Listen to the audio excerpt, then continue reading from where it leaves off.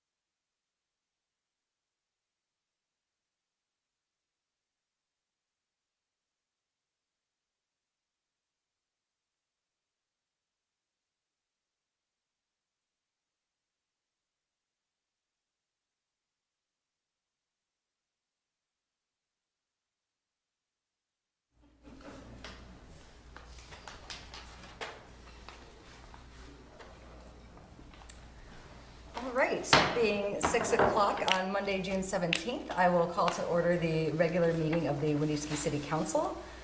Please join us in the Pledge of Allegiance led by Councilor Mike Myers. I pledge allegiance to the flag of the United States of America and to the republic for which it stands, one nation, under God, indivisible, with liberty and justice for all. Thank you. Next item on the agenda is agenda review. Any concerns about the order here? Any concerns about order from the audience? All right. We will move on to the public comment section. This is a chance for anyone in the audience to speak about an item that is not on the agenda. If you have a public comment to make, please introduce yourself. And if you have not already signed in the back, so we know your name for record keeping.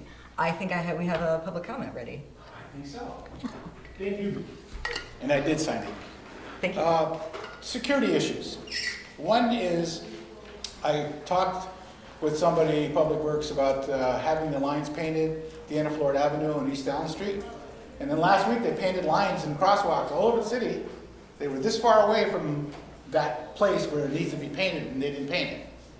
So it's still an issue. It's very dangerous when you try to pull out of Florida Avenue and take a left onto the highway. Nobody, even a school bus stopped in the middle the other day. So you can't get out of there. So that we need to have those lines painted.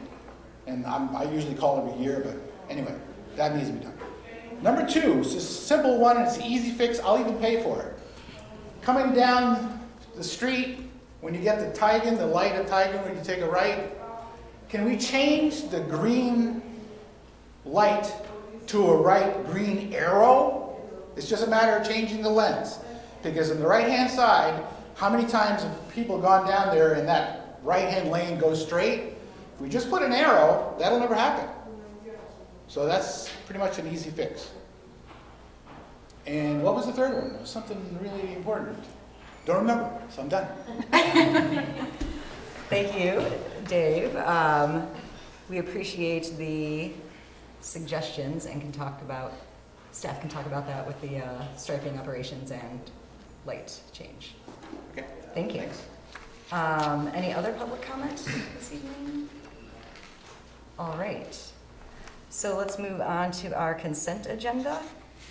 We have several items to approve tonight. We have our council minutes from June 1st and June 3rd, payroll warrant ending May 19th to June 1st, and warrant ending June 14th. Main Street bond issuance and resolution. So this is the final engineering that we already approved at a prior meeting. Pool bond issuance and resolution. This is for the construction that we approved at a prior meeting. And internal controls checklist from the treasurer. And accepting report on the implementation of Winooski All Hazard Mitigation Plan, which is just a periodic update that has to be made. Any questions or concerns, comments about the consent agenda? Questions or comments from the public? Can I just ask, so we received a new internal controls checklist, right? What are the differences that were there from the agenda packet? So that was presented by your treasurer, so Alex can come up, and if you want to take that off the consent agenda and discuss it. I mean, I don't necessarily want to discuss it, but I'm just curious what the changes are since we can't have time to review the changes. Alex, can you come up and respond to that? Am I jumping in front of the, Nope, you're on the consent agenda. Come on up.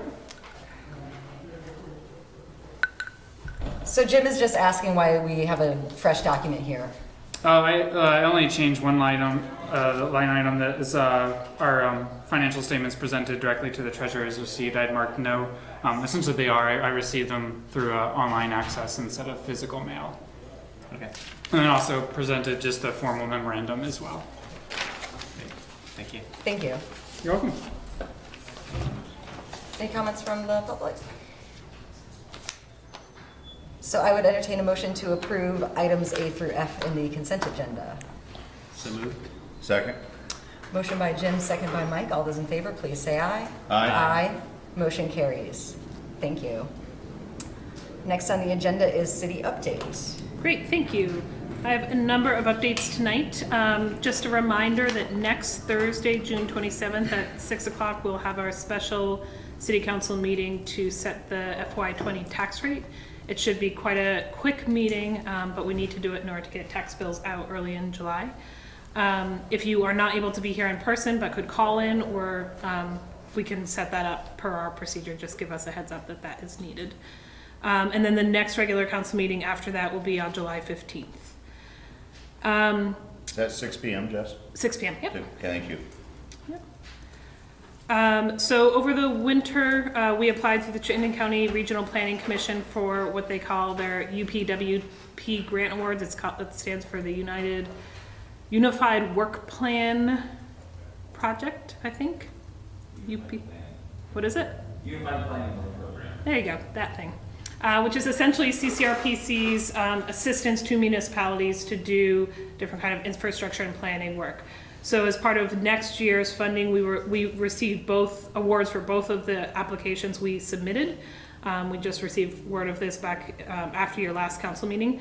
So the first one is for our phosphorus control plan support. It's a $19,000 total project, and it looks at inventory and modeling of best practices to control the amount of phosphorus we're putting into Lake Champlain. The second is for stormwater inspection and inventory, which is a total $75,000 project to start the work of doing a comprehensive inventory of our existing stormwater plan and collecting data to build into our GIS system. So these are non-city, non-property tax dollars, or non-property tax dollars coming into the city to support this work. So that's great, and good job to John and his team for getting these secured. Thank you to those of you who attended the pool groundbreaking last week. I think it was a really fun event. And just heads up to the community that people will start seeing construction mobilizing this weekend next up at the pool. So big equipment on its way. Wanted to give you a heads up that Heather is participating in an initiative led by the Lake Champlain Chamber of Commerce to do destination branding for Burlington and the surrounding areas. We were invited to participate in that because of our recent branding efforts and our proximity to Burlington. So that process kicks off this week, and Heather will be representing us. Additionally, Heather is participating in a two-part Agency of Commerce and Community Development work series around opportunity zones. Both of our census tracts in Winooski are designated opportunity zones, which allows for some tax relief with investment in development projects. So Heather will be participating on behalf of Winooski and hopefully developing a plan to realize more of that tax benefit in the city. We are into audit week. Thank you, Angela. So last week, the mayor and Angela and I met with the state auditor and his team to kick off our every 5 years audit of our TIF district. Additionally, this week is the first week of our annual audit process with our new auditors, RHR Smith, here doing their pre-audit field work. So they're here all week working with Angela, and it's a lot of financial tracking and process paperwork flying back and forth. So Angela, thank you for all you are doing. I want to mention several upcoming events and meetings we have between now and your next meeting. So tomorrow night at the OCC at 5 o'clock, we're having a community meeting on the Hickok water main project. As you know, this project is fully funded and awarded. This is really a meeting meant for immediate abutters and residents to understand what's going to be happening on their streets, what the opportunities are, and specifically to meet the contractors who will be there. So again, that's 5 o'clock tomorrow night at the OCC for anyone interested in the impacts of the Hickok water main project. Along the infrastructure, or just by calendar, Wednesday night, the Development Review Board will be meeting to hear the appeal of the Main and Mansion project. So that will be here in this room. It is a slightly off schedule meeting to accommodate their quorum. So again, Development Review Board here Wednesday night for the appeal of Main and Mansion. From June 24th to 26th, we will be doing the annual washdown of the parking garage, specifically in the evening. So if people are coming in to visit us, you may want to think about alternative parking locations for those evenings. Again, the 24th to the 26th. Winooski Wednesdays will be July 3rd, first Wednesday of the summer. Every first Wednesday in the summer, we hold this concert in Rotary Park. This Winooski Wednesday will be focusing on the band, or featuring the band Tufa and the Pride. So come out, get ready for fireworks. It's going to be exciting. June 22nd, there will be a tree crew working to help clean up the trails with our recreation team, and again on July 14th. So if people are interested in coming out to help clean up our trails after the winter, June 22nd. More information on our website. Something I'm very excited about because I am a VPR junkie, Charlie Nardozzi, who is the big gardening pro in the state, will be at the Senior Center on June 25th at 10 a.m. to do a free community talk on kitchen herb gardens, and also just generally available to answer all your gardening questions. So again, that's June 25th at 10 o'clock at the Senior Center. Charlie Nardozzi of VPR fame. I'm almost done. We have 2 openings on our Green Mountain Transit representative appointments are up for renewal this month. So we have posted ads for both a representative and an alternate. Ray has served as our alternate and is interested in continuing in that role, but our city representative has indicated that she no longer wishes to serve. So if members of the public are interested in either role, encourage them to submit an application through the website or come to City Hall. And then finally, the fun stuff on the recreation front. So Ray and his team with Vermont Patriots have put together a pickup soccer every Tuesday evening this summer from 6 to 8 at the school district. So that's for ages 12 and up through adults. Tuesdays this summer from 6 to 8 at the school pickup soccer. The Teddy Bear Picnic is coming up. That will be July 13th, again right before your next meeting, from 1 to 3 at Landry Park. The Urban Campout, which I'm super excited about as well. Camping in Cassavant Park with families, marshmallows, games, etc. Bring your tent will be the evening of July 20th. So come camp out under the stars with your neighbors.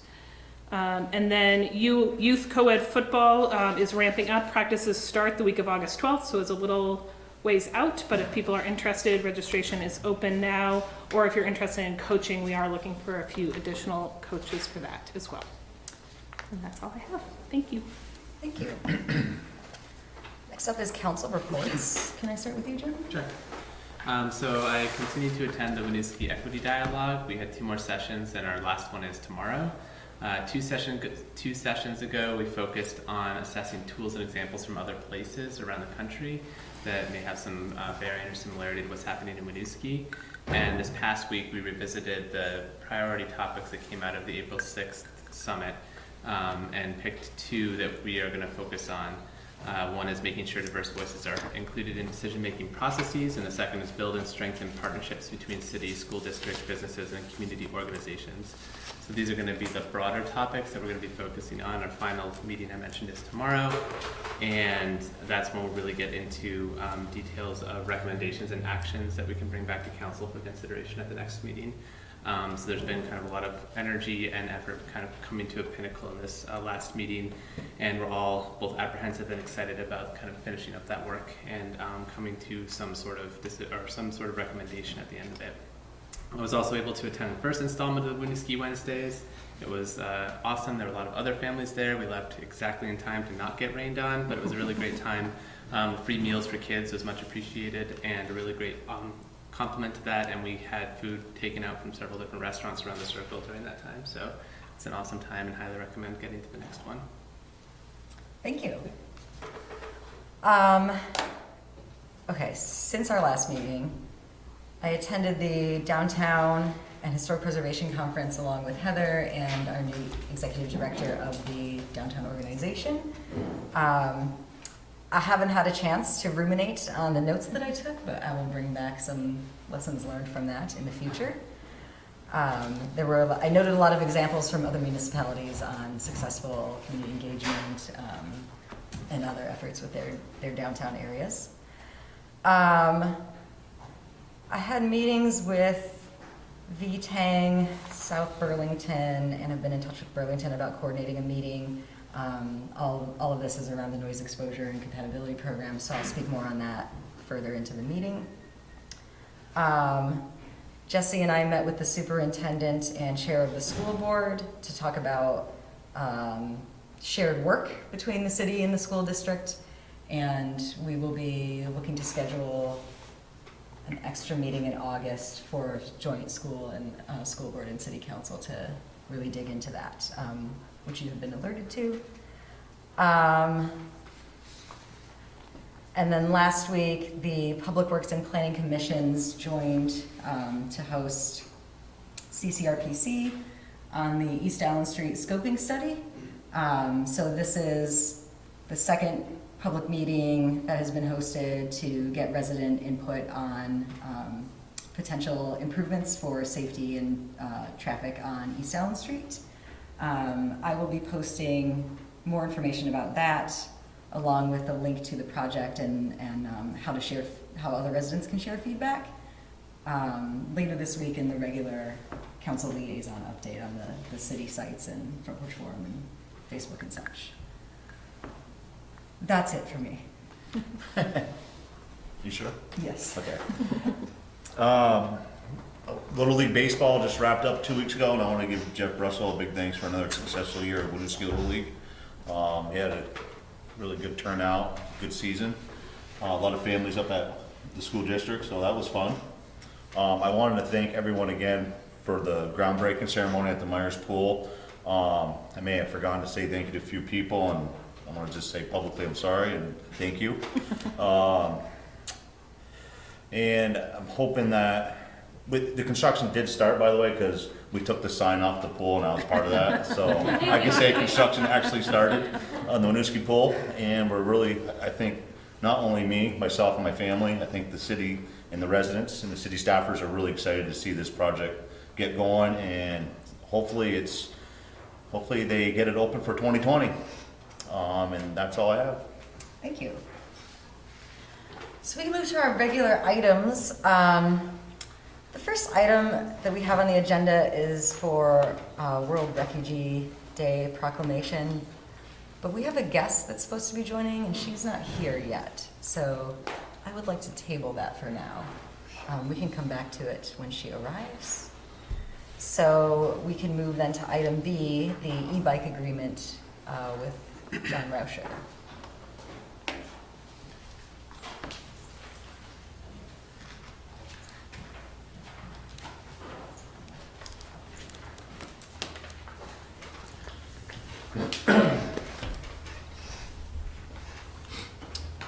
Good evening.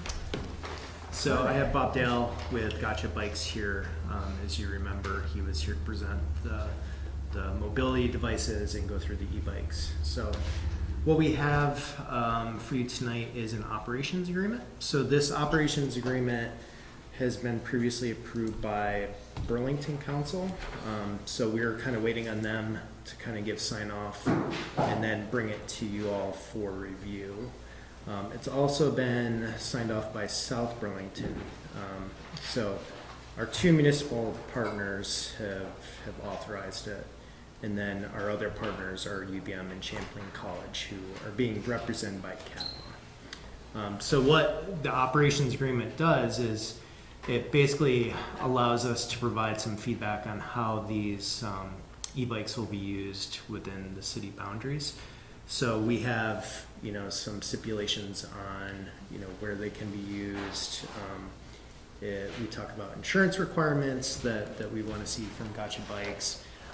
We talk about how many devices that we would want to see, and how they'd sort of be oriented, and what kind of hubs, like the hub arrangements are. So good news, there's no cost at all with this, so it's not a financial contract. It's basically just stipulating how we want to see those devices used within our city boundaries. So one thing to note is there is an appendix that I outlined in the memo that basically gives very municipal specific requirements. So talking with city staff, we recommended that the Riverwalk east of Waterworks be off limits to e-assist the e-assist function on the bikes. You can still pedal them, obviously, but that area is, you see more pedestrian use, and we don't want folks traveling on that with the e-assist bikes that could go up to 20 miles per hour, say. So that's one location that we put for off limits. Sidewalks are off limits in general for e-assist bikes, so that's why they're not included, similar to the other municipalities. But that's really the only sort of Winooski specific piece of this agreement. So I don't know, Bob, do you have any?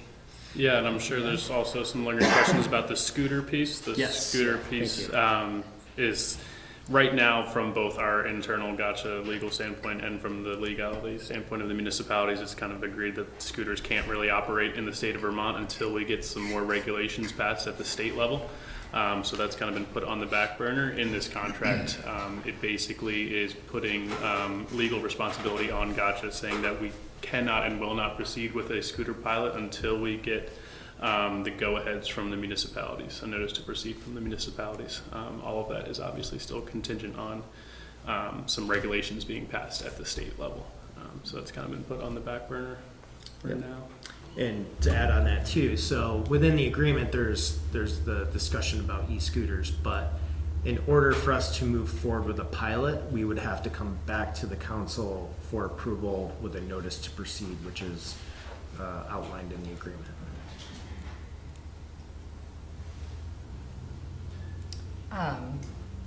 So for the viewing public, this is follow-up to, we are replacing our existing rideshare bicycles with a fleet that is e-assist. So you can pedal them or you can have electronic assist.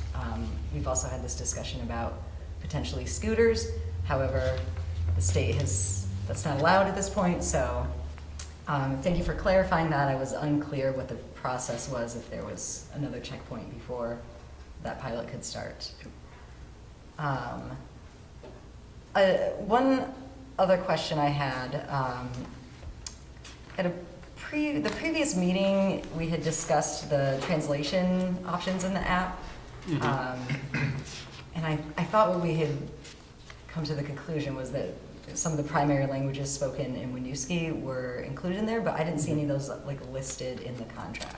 Yeah, I don't think we have any of them specifically listed, but all of the language that we currently have translatable on our current Green Ride Bike Share website will transition both to the web page and to the app that we offer, yeah. I also just wanted to commend a few things that I saw in there. Some interesting, I'm sure it probably came from talking to Burlington, the livable wage for employees of your business. I was also happy to see the opt-in for data sharing and lack of personal data collection. So those are just some things I was excited about when I read through it. Jim or Mike, do you have any questions or concerns about the agreement? I do not. Excellent. Seems in line with what we discussed before, and happy to see the staff has weighed in on some of the restrictions there. Any questions, concerns from the public about this e-bike agreement? I have a question. Sure. Said you can't use them on the Riverwalk, and you can't use them on the sidewalk, so where are they gonna be used? They're used in the road. I believe bicycles aren't to be used on the sidewalk in the first place. Okay. But it sounds like you can pedal them. You just can't use the e-assist on the sidewalk and the river walk because it lets you go up to 20 miles an hour, which would be a safety concern. So they're gonna be using the road? Probably. Yep. Gotcha. Sure. Just a clarifying question, is the whole fleet going to be replaced with e-bikes? So there's not going to be any sort of non-e-bike option? Correct, yeah. And is this through the same, is it called SoBi or SoBi? So Social Bicycles is what we are currently using for the app. Now, once we convert to the e-bikes, everything will be done through a Gotcha app. Okay. So. And is there also, I imagine it's just going to be a little more expensive per minute, per ride for the e-assist bikes? Yep, so the switch to the e-assist goes to a per minute charge as opposed to the current sort of pay-as-you-go option where it's $2 to unlock. That gets you half an hour, and then it's $5 per half hour. We're going to be transitioning over to a per minute fee. So there will be a little increase sort of, for those longer style rides. And we will still have the similar payment options, a monthly and annual membership. Those prices will go up a little bit. But we're happy to be keeping our student pricing the same this year, even with the conversion to e-bikes. Yeah, and I would call out too, for anyone who isn't following the conversation, there's also an option for folks who don't have mobile phones to go through. So at the moment, Old Spokes? Spokes Home Yes. is our partners. We are looking to expand beyond Old Spokes Home to allow for some more areas where people without smartphones can prepay using cash payments and are then issued an RFID card, which allows them to utilize the bicycles. Cool. Yeah, and I can say that on the partner side, one thing that we were really concerned about was making sure there was a sort of a subsidized form payment for folks that qualified. So that's something we worked with Gotcha Bikes on, and it's also in the contract. Yeah, I saw those details in there. Yeah. Any other questions, concerns?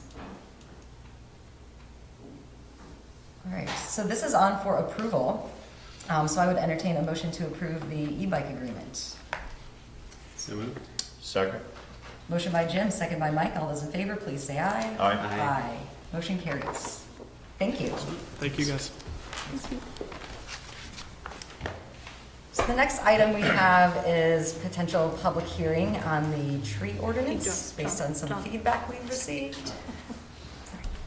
I skipped past the bold-faced one. So at your meeting at the end of May, you approved a tree ordinance. Since that time, we have received some public comment about the language of that tree ordinance, suggesting some changes. So we put this back on tonight. Your options tonight are to go over that feedback that was in your packet that was received. Consider alternative language. If you want to change the language in the ordinance, then I would suggest you discuss that language, then open a public hearing, take public comment on that, close the public hearing, and then decide whether you want to adopt that language or not. If you do adopt new language, the 30-day implementation window will restart. Right now, you are currently in a 30-day implementation window for the prior language. So that's the kind of process we're in tonight. John, do you want to provide a summary of the feedback and the language? Yep. So we received some good feedback on the ordinance language.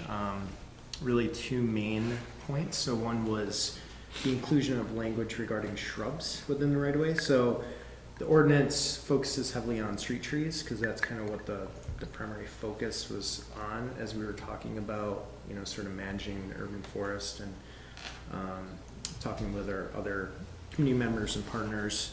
What we've done in the ordinance to kind of address that language is strike out shrubs as part of this ordinance because we are really trying to focus on the health of street trees and managing those items. So the other comment that we received was regarding sort of a waiver or a planting waiver requirement. So if say a resident wanted to plant a tree within the right of way, the tree warden would look at some of the requirements we have in the ordinance about offsets from utilities and overhead poles and driveways, and provide feedback on where they should be planting these trees, and the species type and the planting type. So there is an opportunity for the tree warden to say deny a request. And we do have language in there that says basically you can, we would have to respond to any sort of community request for that. Some good points brought up in the comments where we didn't have any sort of timeframes or process, regarding that. So we did add some kind of small language regarding requiring a 30-day notice to respond. But I think we did note that it's, any sort of reasonable request for planting a street tree would be, approved as long as it met the requirements that are in the ordinance. So those are sort of the minor changes that we added to this ordinance. It sounds like you feel good about them, or do you have any concerns about the way this changes the operational impact of this ordinance for your department? No, and honestly, I think, the sort of the exception requirement, I think a lot of that could be worked out in the field. If you had the tree warden go out, meet with the homeowner, and they came up with sort of a, compromise on where a tree goes and what exceptions could be made. I think that's where most of this sort of request work would go. I doubt we would see many requests that would hit, sort of a formal written request in a 30-day time frame. So no, I don't see any operational impacts. Okay, so do we want to consider this change, is the question posed. I think it would be a good idea to include this change, to clarify especially the process for waivers and then the removal of trees, because it isn't really the intention of the tree ordinance. I did want to recommend one additional change, which is changing our diameter requirement right now to be considered a tree. Right now it's 3 inches, 4.5 feet tall, but that would actually exclude if there was a tree removal, the city is required to plant a 2-inch caliper tree, but that wouldn't qualify as a tree under the tree ordinance. So I think to at least harmonize that, if we plant a tree, it should be considered a street tree, then that should be added as well. So I would be changing the definition section, rising from 3 inch to 2 inch. Mike, your thoughts about reopening this? I'm with Jim. I think what Jim just said was spot on, and I don't really have any other comment about it. All right, so a public hearing has been noticed for the consideration of the street tree ordinance. At this time, I would like to open that public hearing. It is 6:31. And welcome any public comments. Well, question, what is the tree ordinance? What does it do? Can I defer to John or? Okay. So Jim. the tree ordinance is a set of guidelines for rationalizing and structuring the way that we care for what we consider public trees in the city. So those are managed trees in a park or trees occurring along the right of way. So these are trees that are usually planted next to streets. They have particular requirements for survival, but also for maintenance. So the city has this, we propose this ordinance to lay out how those trees should be cared for, whose rights and responsibilities it is to maintain the trees, decide if a tree is hazardous and needs to be removed, protect a tree during construction, and choose for the appropriate siting of trees so it doesn't conflict with existing infrastructure or other uses. So the tree ordinance is really kind of codifying things that we all have been trying to do, which is to maintain trees, but provides more expectation and structure. It also is a pretty standard tree ordinance that's we see in a lot of other municipalities in our area, and it provides kind of guardrails for when we need to manage trees or have an issue that comes up with related to trees in the urban area. Does that answer your question? Public trees only, no private trees. It doesn't affect any private trees. Correct, yeah, there's a definition of what's a public tree and what's a private tree, and this only applies to what's considered a public tree. Are you going to look for, like Burlington has done, the public trees that are inappropriate, that shouldn't have been placed there to begin with, that are sort of dying, you know their situation at City Hall Park? Yes, we have, so this does not detail exactly a plan for how that's going to be done. This also does mention the formation of a tree committee, which will be staffed by the Public Works Commission, so they'll act as a tree committee, and that body deals with things like inventory and recommendations for removals. So part of the inventory cycle is maintaining an accurate, up-to-date inventory of what trees we have and what condition they're in. And then once a tree becomes hazardous, as determined by the tree warden, then it would need to be removed.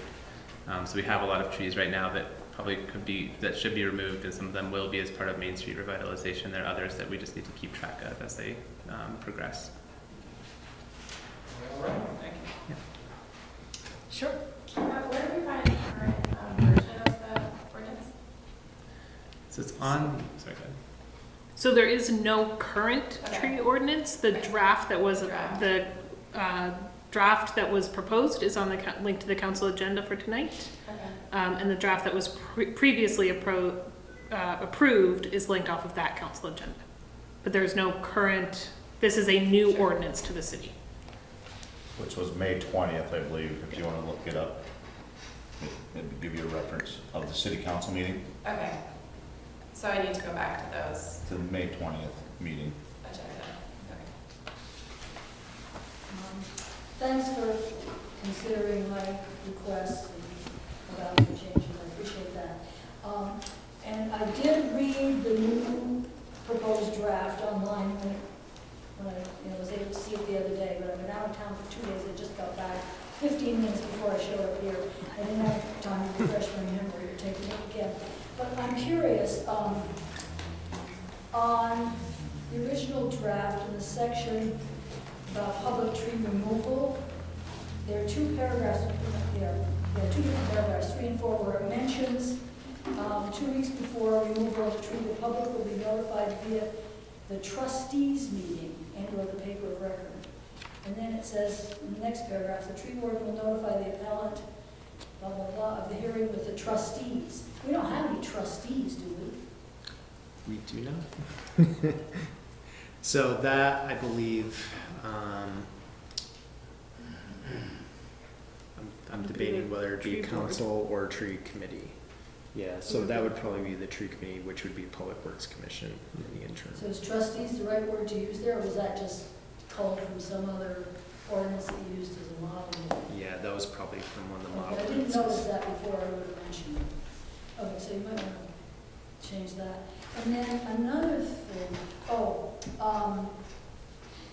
Article 4 about authority of the council shall appoint a tree warden and so forth.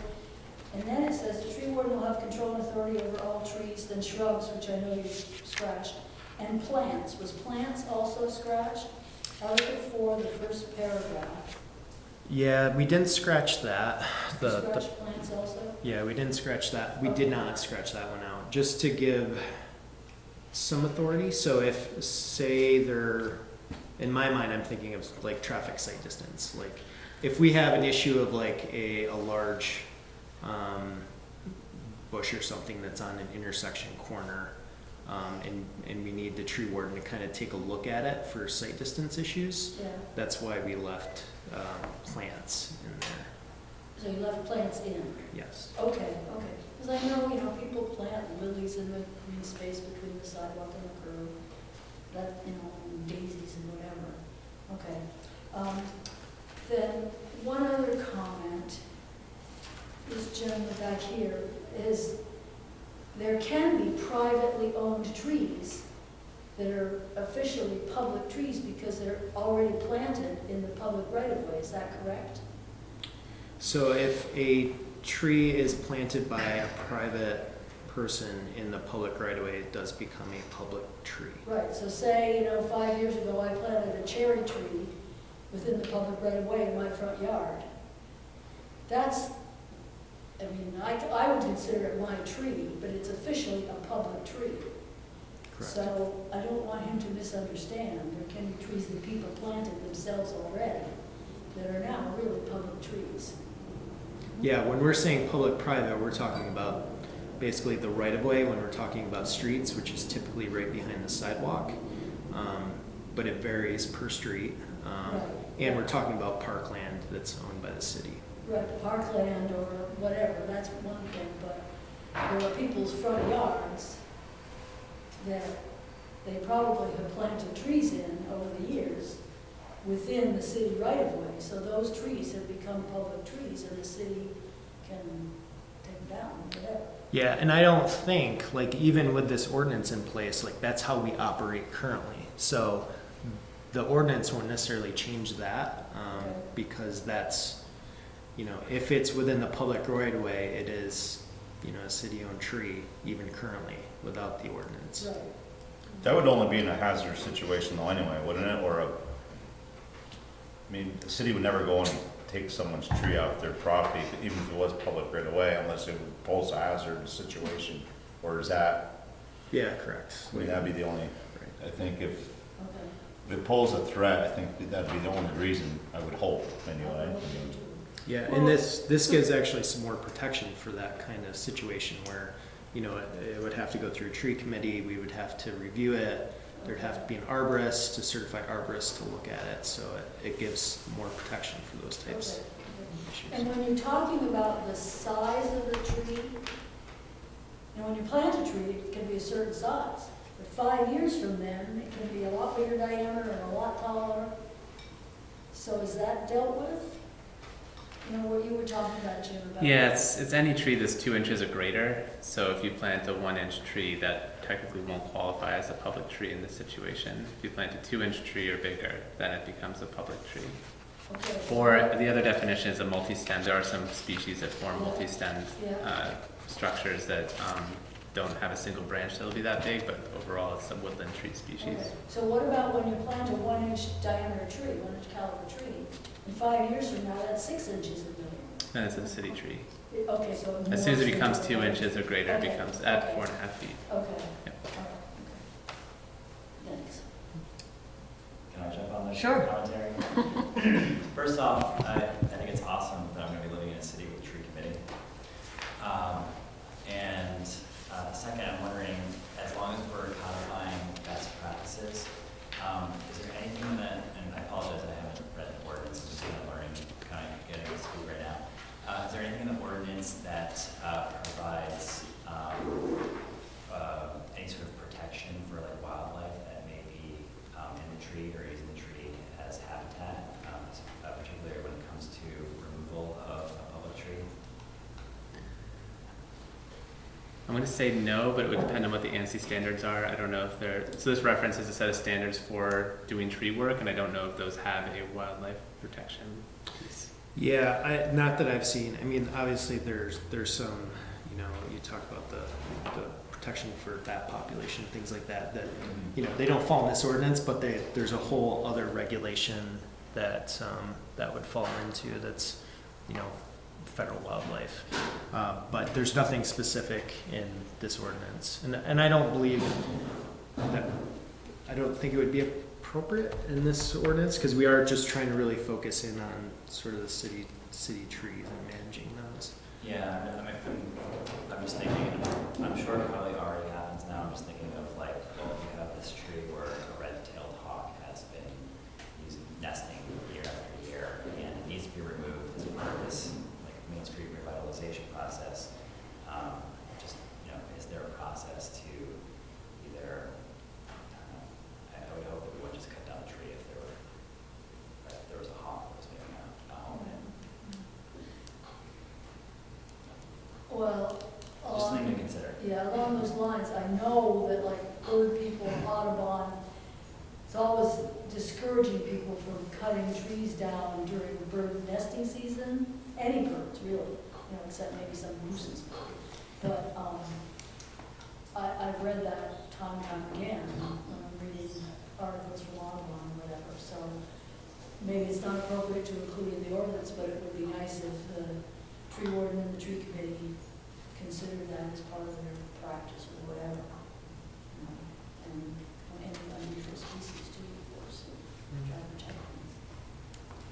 There's an urban forest management plan that's separate from this ordinance that kind of guides the work of the tree committee. So that would be a place, I think, where that recommendation could be included. The one, as has been mentioned, hazard tree removal is really the big purpose, one of the big purposes of this ordinance. And once a tree's been identified as a hazard, waiting to remove it is a liability because it at any time could fail and cause damage to life or property. So that's the balance I think that this tree ordinance instantiates, is that there's a process for removing hazardous trees, and once a hazard's been identified, waiting 2 or 3 months could be a challenge. But I would say that those types of operational considerations would be something the tree committee would include in the urban forest management plan, the way this has been structured. They could just be mindful Hmm? of it. They could be mindful. Mindful, yeah. Yes. It sounds like the public will be notified prior to the tree being cut down too as well, right? Right.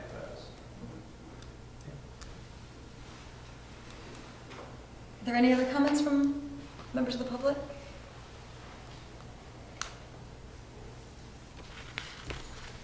So seeing no additional comment, I will now close the public hearing.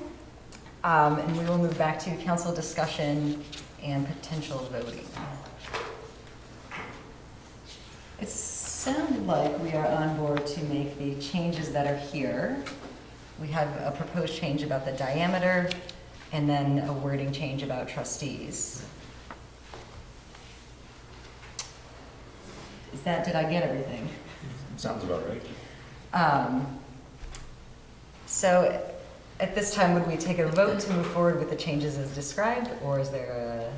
Yep, so I would, if you would like to move this forward, I would recommend that you consider a motion approving the ordinance as presented with amendments to change the diameter to 2 inches and change the reference of trustees to an advisory committee.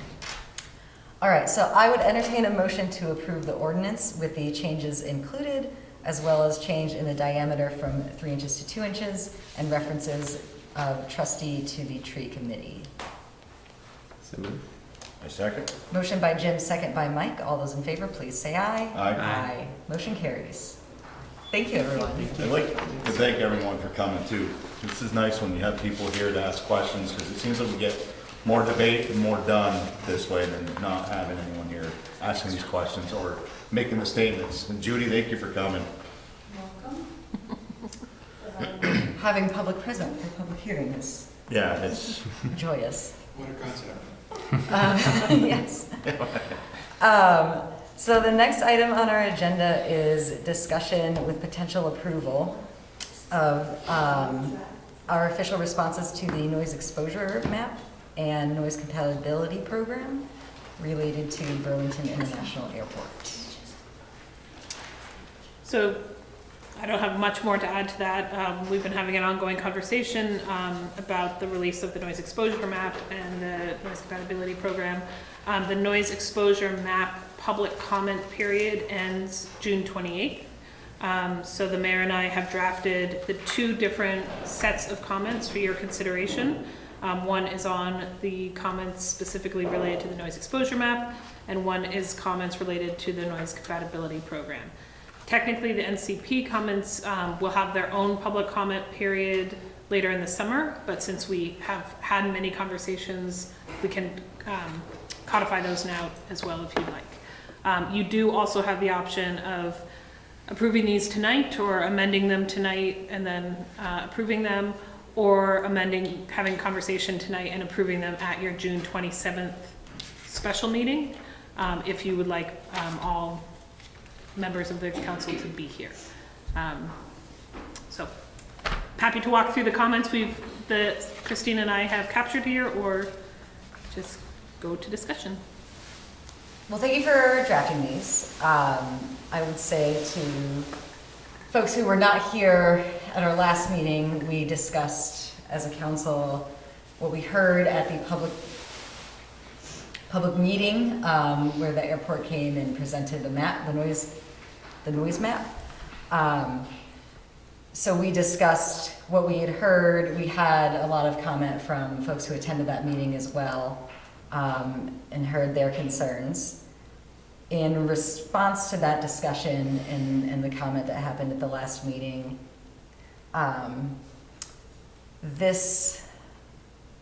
our official comment on the noise map includes ensuring that the Centerpoint School, O'Brien Community Center, and all registered daycare and family child care centers in Winooski are included in the map as one of the priorities that has surfaced in the community is around the well-being of children, prioritizing children in this noise compatibility work.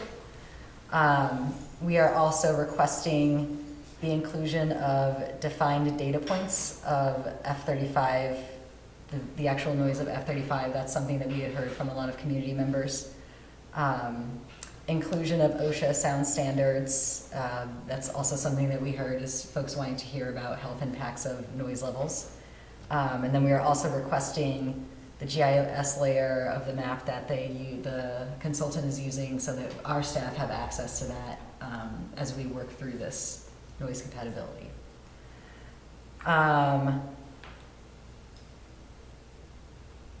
What we are hoping to do here is provide an official comment from the city of Winooski during this open public comment period on the noise map for the airport, so that we can share our priorities as a community.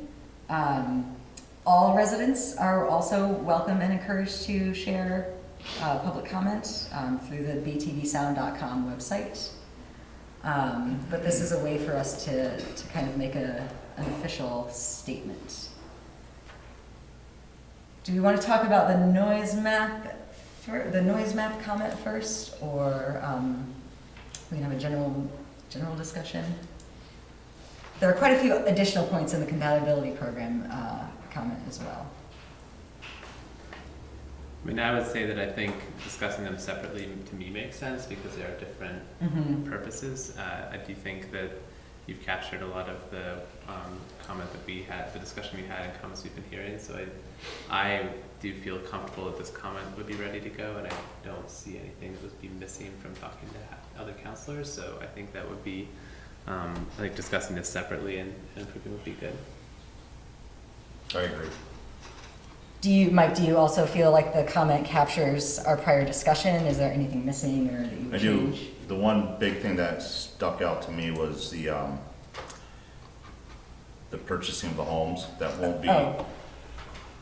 We're just doing the noise map response noise first. map. No. Then we'll move to I the don't have compatibility. that. Okay. So before we start talking about the second comment on noise compatibility, I would just like to turn to the public, see if there's any comments about what we have focused on for the noise map specifically and the additional information we are requesting.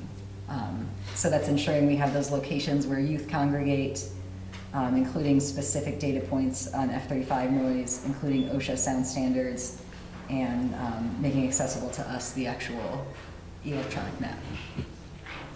I just have a question. Sure. The specific data point business, is that asking them what the actual noise level or decibels is when a plane is going overhead? Is that what that's asking? We are asking for specific data at defined points from the modeling for when the F-35s take off, with afterburners and without. So essentially, yes, but it's not like it's going to be a measurement of the sound, because it'll have to come from modeling, because this map will be finalized before there is. Okay. Yeah. So this 65 DNL business, that's an average. Correct. So what you're asking for is not an average, but a An specific. incident-specific Okay. measurement. Okay, just want to make sure I understood. Thanks. Yeah, good question. Did you have another? Bringing up the schools, I know that the Winooski School is just a few blocks outside of the 65 zone. Do you feel like there's a need to comment about that? I can't imagine that the school will go unaffected. So they will not be. The noise level impacts the entire city of Winooski, but based on the FAA policies, they have modeled this 65 DNL line. We have talked to the superintendent and the school board chair. They have the bond approval for the construction coming up next year, and this is something that's on their radar to see what mitigation they can do within that project. I had mentioned this earlier, I met with Colonel Smith at VTANG over the last weekend, and so they have in the past, at the request of previous administration and the school, they had kind of shifted where they take off with the F-16s in the past to address noise levels at the school. Colonel Smith mentioned this is something that they were happy about, that they had been able to do that for the school, and that they would be happy to continue seeing where they could make changes like that to benefit the school. And that they want to have a communication in place with us and with the school district to address those concerns. So that kind of answers your question. Is the school, are they providing an official comment? I don't know that at this time. I just think it's important to get it on record as much as possible that it's a bad idea for the school, for the community, and I I worry that the noise is going to be worse than the modeling is suggesting, and I wonder if they are planning on reevaluating every 5 years, as they say they do, and sort of what that would look like for moving forward. But just to have it on record, you have it on record somewhere.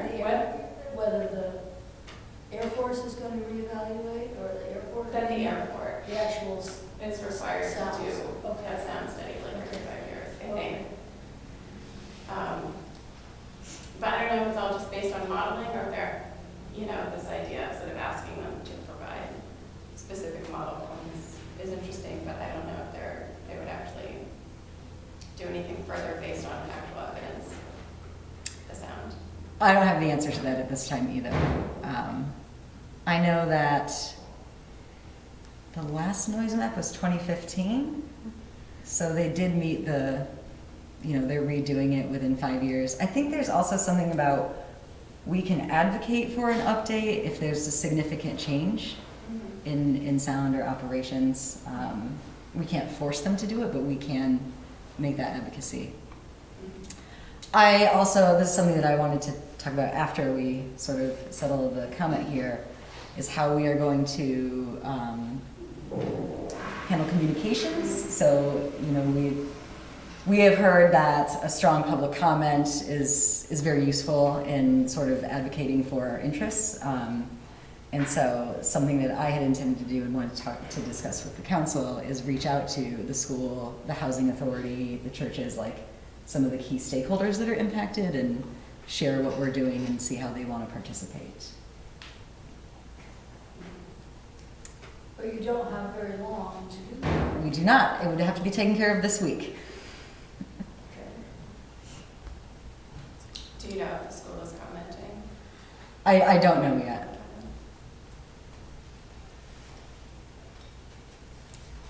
Anything else on the noise map portion? So I can just confirm the noise, both of them have to have their public comments in by the 28th. Mm-hmm, Right, yeah. Yeah, I think that the school point is a valid one, and I know that there's nothing really that the NCP is going to do because it's outside the lines. So I do think that we as council should continue to advocate for that through other mechanisms, through our delegation to. I don't think it's necessarily fair that the Winooski School District is going to use taxpayer money to do noise abatement. It's an expensive bond, and it'd be nice to see that reduced. So I hope that we can continue to put pressure in other places, but without a change in that noise line, then NCP won't help. So I don't know if it's worth, in my own personal comments, I mentioned that fact, but I don't know if it's worth including in the noise exposure map, that just to acknowledge that the school sits outside, yet it will be impacted despite the 65 DNL line. From a practical perspective, I don't think it'll change anything, but I do think the statement could be helpful.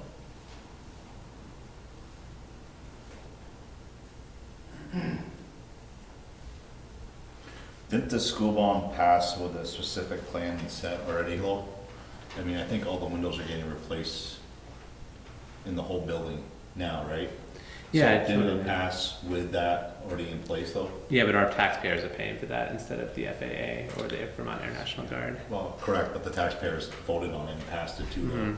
Yeah, but similar to the pool bond or the pool vote where we now have a reduction in cost because of fundraising, there is a thought that just because the bond was voted that way doesn't mean that we have to raise the taxes to pay for it that way. I think I think it's worth advocating for I agree. other resources to offset that cost. I was just wondering what's kind of, you have to get into specifics of the engineering of what kind of windows they're already putting in. And if it's already a certain style window that's both thermally protected for the elements and soundproof, if it's only one, you know what I mean? One design already put in, I don't know if it's gonna help though. I mean, that is not for us to sort out. Right. But we can absolutely see what we can do to advocate for additional federal funding. To your point, it wouldn't be through the NCP program, but elsewhere, to say this is having an impact on our broader community beyond just the houses included in the 65 DNL. How can you help us stay a thriving community? You know, it'd be a good idea is to get that community director person that they just hired on that with us maybe. Maybe they could They will shed some be light, meeting with Paul Sarn soon, I believe, Right. as they start onboarding. She already did, yeah. she did, okay, perfect. Excellent.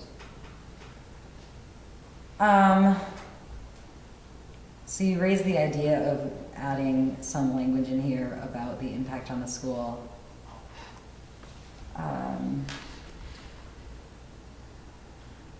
This could be, I mean, there could be a line added in the first paragraph that beyond the 65 DNL, our entire community will feel the impact of this change.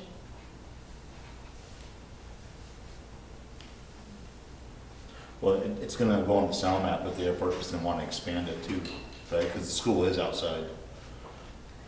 Wait, sorry, say that again? The school is outside that line. Yes, correct, yeah. So it would have to, they'd have to, that would include, if they spread that ring or a diameter more, So they won't, So- and we're not gonna ask them. I think the point to be made is just that there's impact to the community beyond that ring, that even folks who are outside of that could be impacted by these changes. Okay.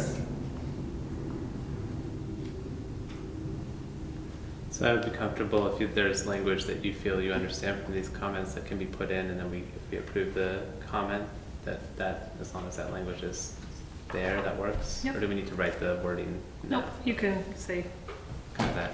this concept pending administrative changes. And the only other question I had was about monitoring. Is there a place in the noise exposure map comments for actual monitoring of sound levels over time? Or is that part of the NCP? That's a good question. So I do think that this is where that would go in the noise exposure map, because it would lead into the requirement to do it every 5 years, or a potential request from the community to do it more frequently. I can tell you, just having sat in these meetings with the airport for the last 2 years, this is something that South Burlington, and specifically the Chamberlain School, which is within the 65, has been asking for, and it has never been prioritized. Not saying we shouldn't ask for it, but it has in the past been a very active and rejected conversation. So I think if you want to put it in here, this would be a good place to put it. I think reiterating that need would be important, especially if you tie it to some of our additional locations of disproportionate impacts on children, such as the OCC or the schools or daycare facilities. So specifically, you're looking for noise monitoring outside of the 65 where there are vulnerable populations. I was thinking within the 65 to actually confirm the model results, but Okay. I guess it would actually be more useful to have ones inside and outside for validating model results. So if that's possible to do. Okay. And I think that's something that I definitely heard from residents about confirming the data down the road. And if we can align it to an ask that South Burlington has already been making, I think that's useful. Mm-hmm. I'm sorry, with the schools, was there a mention of CCD, or is that covered somewhere? They're already in the 65 DNL. Right. Yeah. Are they eligible for sound remediation? So the way it works is anyone in the 65 DNL is potentially eligible for mitigation. At some point through the airport and the consultant, they do acoustical testing to see where the interior noise level is within the threshold that requires mitigation. So we can't say that every property will be eligible that's within there, but they're all eligible to apply at this point, I would say. So, and everything you said is correct. I would just add the addition of, if a building was built while it was in the 65, it is not eligible for funding.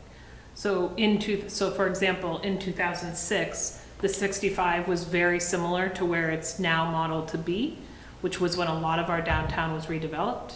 So those new buildings likely wouldn't, when they go through this qualifying process, likely wouldn't be eligible for mitigation because they were built with the knowledge that they were inside the 65.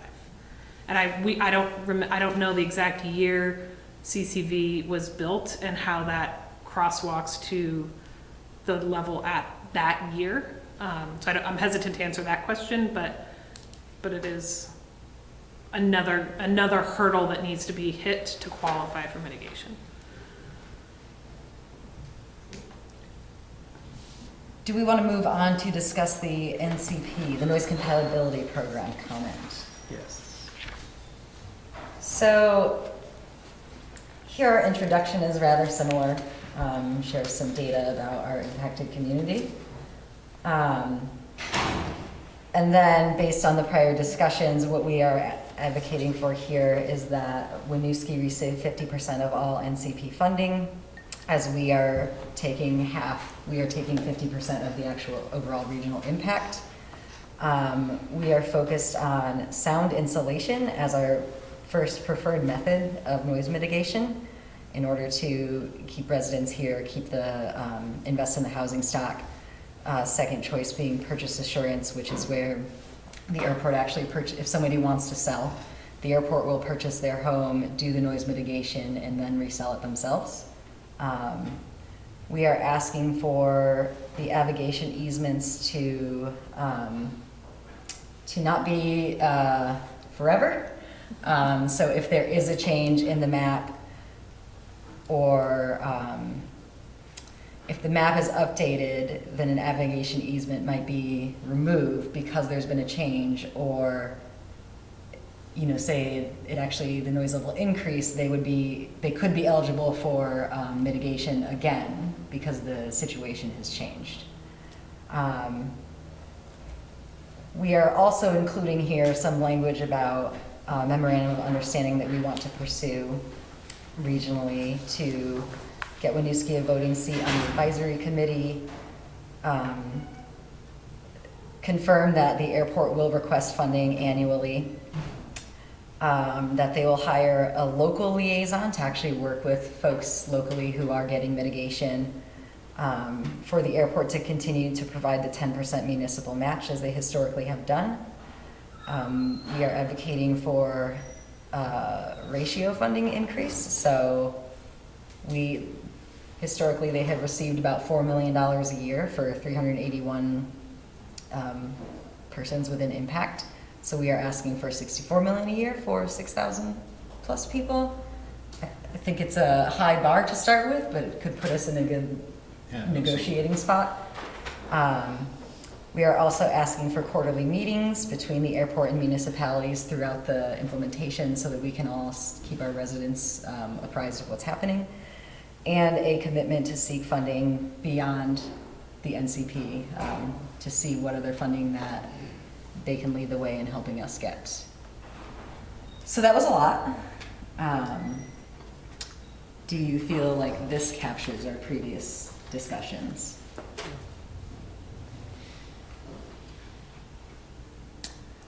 So I was going Go ahead. I feel like I captured our discussions, but I did note when going back over notes that in our public comment we had a request to benchmark fair market value in terms of the purchase assistance or purchase assurance, and I didn't see any language in there for that.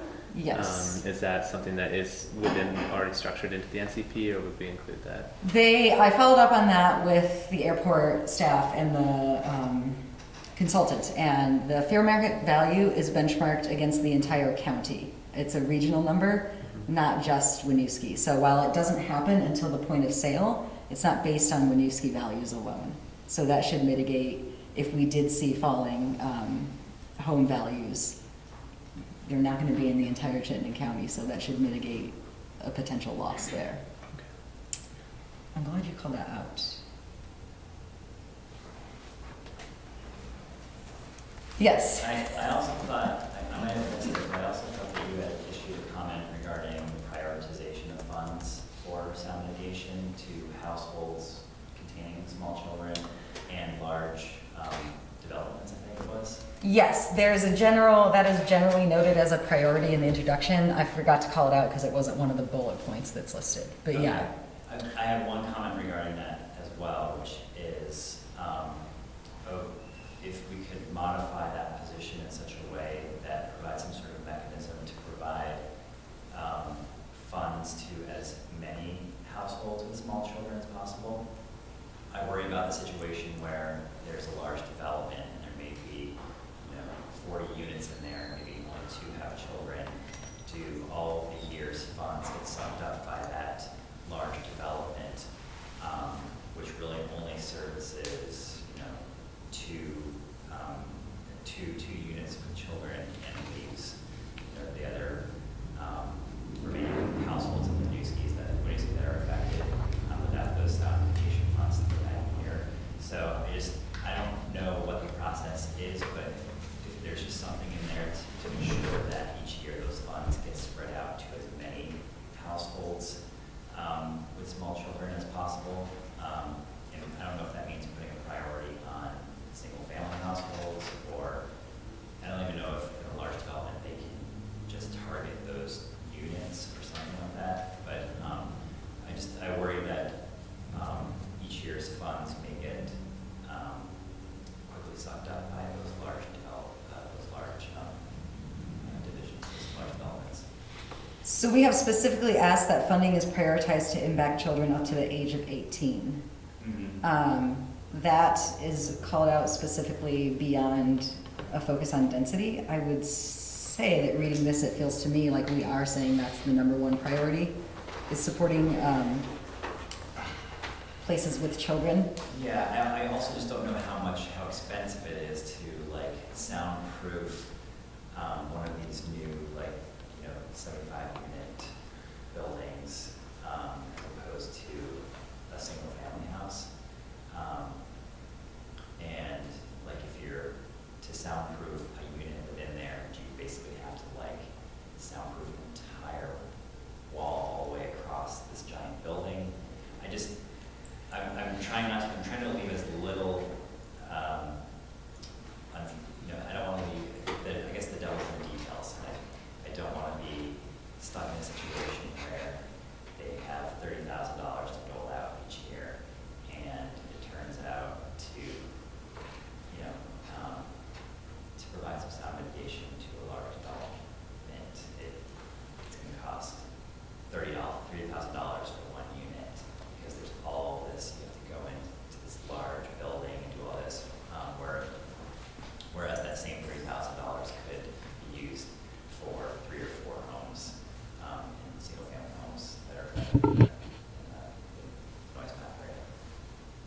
So one, I am fairly certain that if they're touching a building, they're doing the whole building at once. They wouldn't do unit by unit based on occupancy. Okay. Um, So that's a concern. If there's only 2 units in a large development, they're gonna have to do that whole development, right? It's ownership or rental property. I think it's both. Okay.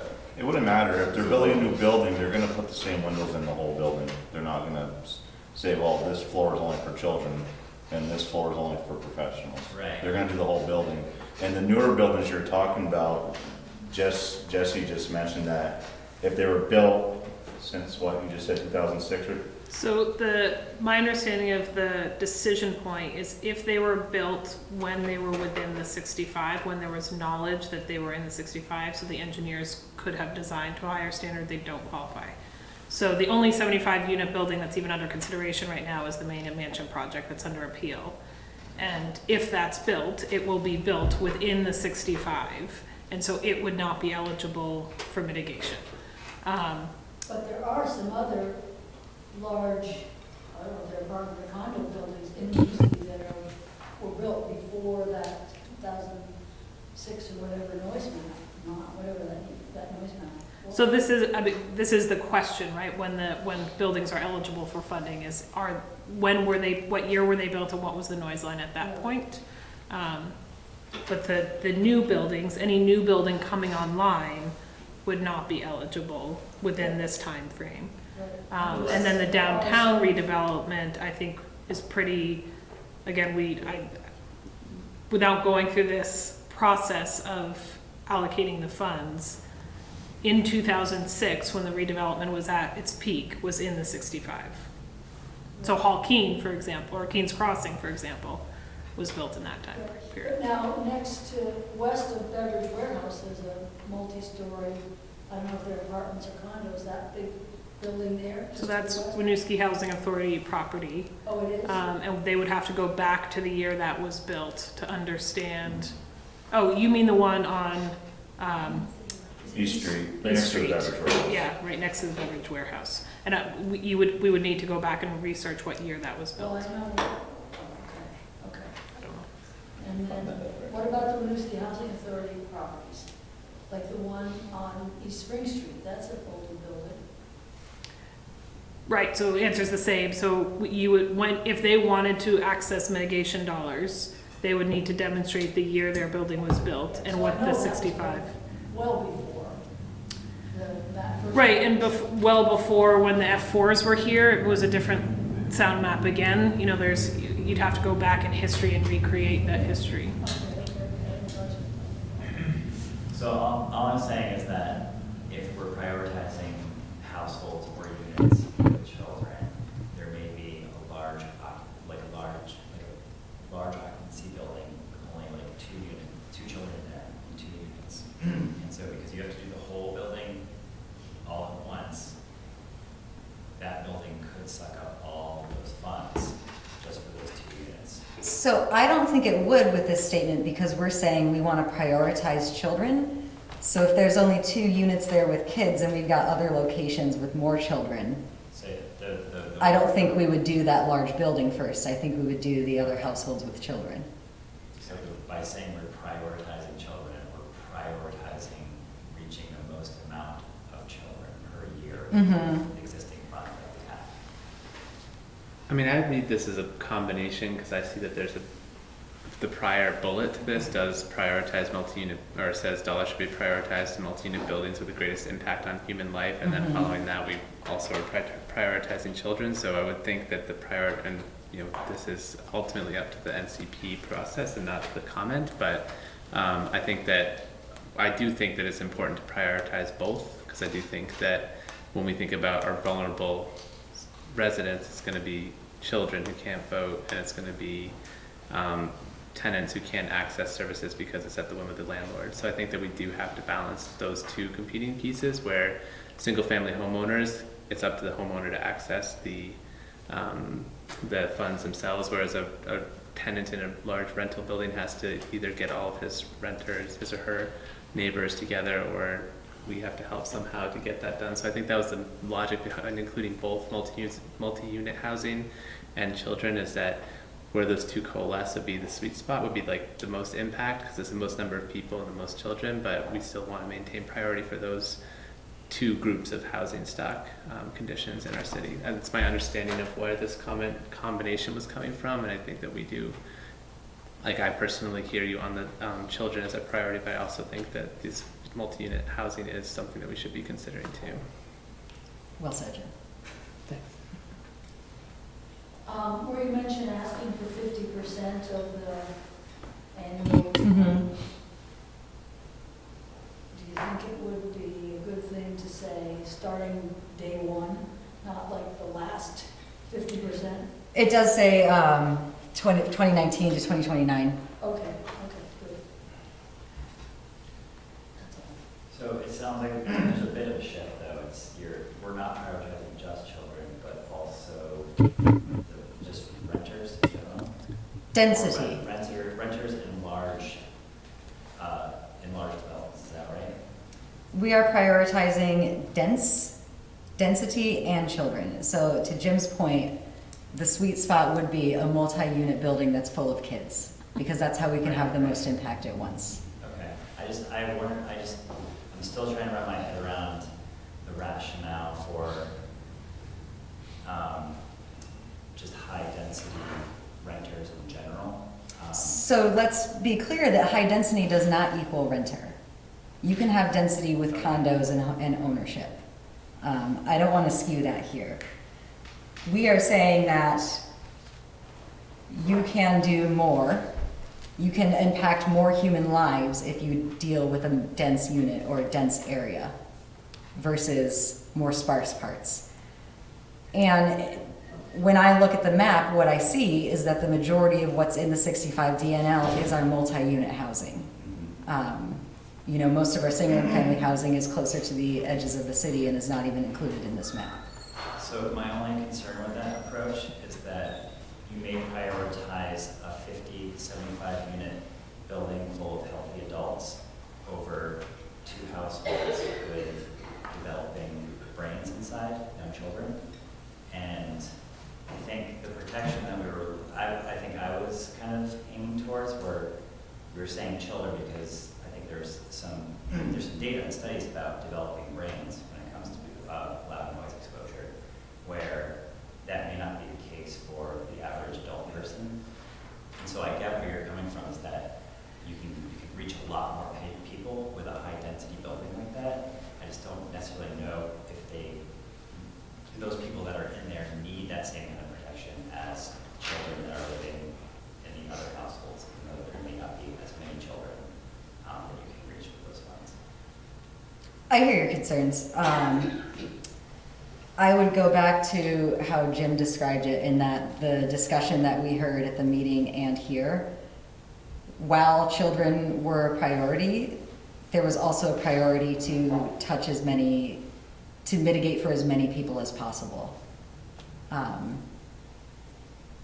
I personally am comfortable with where this stands because I think we are saying we want to focus on both of these things and we want to ideally start with where we can help the most children possible. I think you make a good point though, Jim, about this potentially reaching more of our vulnerable population who can't relocate, who don't really have a lot of options of their own. I know you've been waiting for a while, Heather. No, I actually am responding to a different thing now. I want, because you're a member of the Housing Commission and we've discussed a lot of the data, I just wanted to point out that one of the block groups that's impacted holds 96% of our affordable housing for people who are seniors or disabled.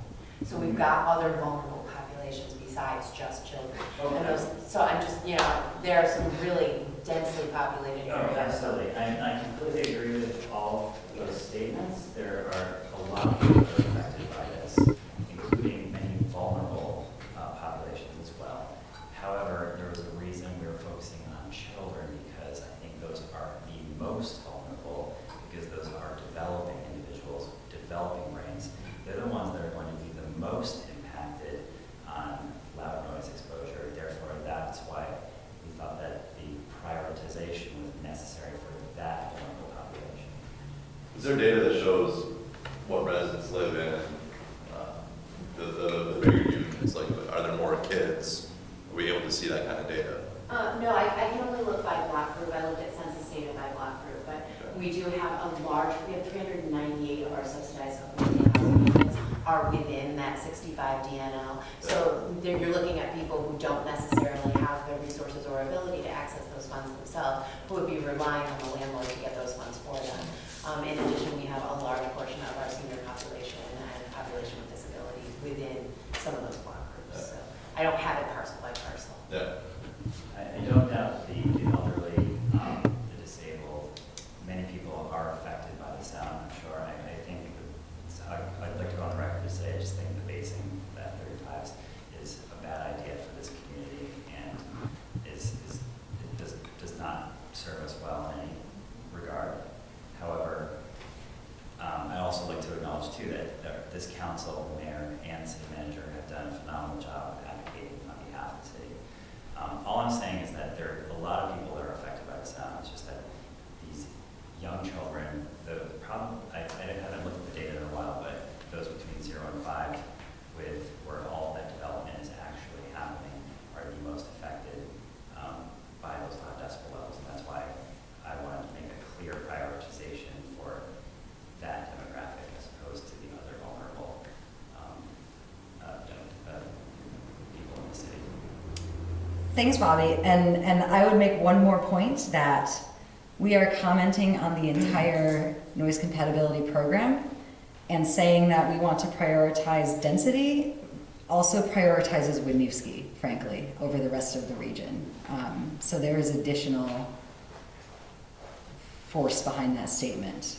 But I get what you are saying here about wanting to put children first and foremost. I have a question. When the sound mitigation starts, or if it ever does, are they going to go on a grid by grid basis of the, like most affected and spread out. How, So- do they have a certain plan on how that's working? So they don't have a plan yet. Okay. What we have heard from the consultants who run NCP programs across the country is what they typically do is start highest impact out. So they start in the 75 and they do all of the 75 and then they go to the 70 and they do all the 70 and then they start at the edge of the 65 and work their way out. So it's kind of an outward process from the highest sound Okay. point. I think part of our attempt, to Christine's last point, with these comments is to say, because we are bearing 50% of the burden of this location, that may not be the most appropriate way to allocate the funds, that we may want to think about what's the impact on the number of humans. So if you're talking about, and it's an awful conversation to have because you're prioritizing lives, right? If you're talking about sound mitigation on a single family small home in South Burlington right next to the airport versus a 4-unit duplex in Winooski, perhaps you should allocate funds for 18 people who live in this unit versus 3 people who live in this unit. I think that's one of the things we were trying to get at is not just once you're into the 65, how are you dividing up the dollars, but getting the dollars faster. Does that make sense? It does. I was just seeing because if we're gonna hit target schools and licensed daycares or registered daycares, that grid of X amount of feet by X amount of feet, then does it start spreading out, or does that start with South Burlington to Winooski to Burlington?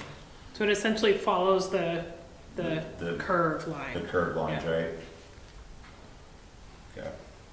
It's what we've been told, but there isn't an implementation plan in place yet. Yeah.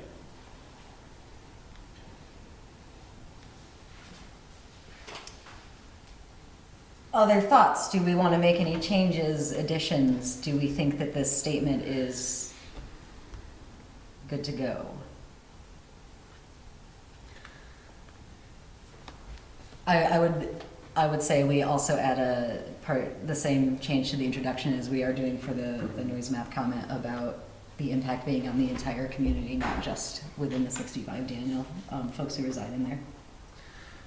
The only thing I'm wondering about changing, kind of to your point, Bobby, is if we want to especially call out children 0 to 5. So right now it's children aged to the age of 18. I'm wondering if we could reword that so funding is prioritized to impact children up to the age of 18 with a special focus on those from 0 to 5. It's again to think about here's a prioritization that we're looking for. We're worried about that early childhood development stage. I don't know if you see a drawback to more specificity in that section or not.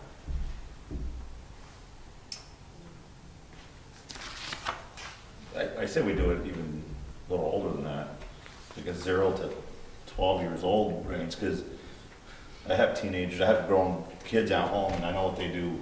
They have their earbuds in.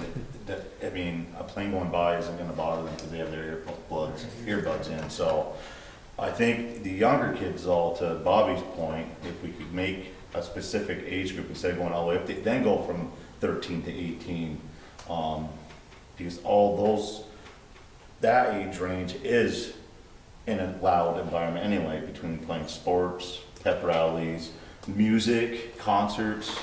I think the 0 to 5, and maybe you can correct me if I'm wrong, but I thought that was specifically related to the World Health Organization study on noise impacts, was identifying that particular age range as susceptible, or am I misremembering that? That sounds right. Okay. I think that's why I was suggesting 0 to 5 in Okay. particular, is that there might be a developmental impact earlier in life, but yeah, if we don't know the number, then maybe it's not worth it. I mean, we could call that out in this comment, especially to those indicated in the World Health. We could call out that expert study. Mm-hmm. I would be comfortable with that addition.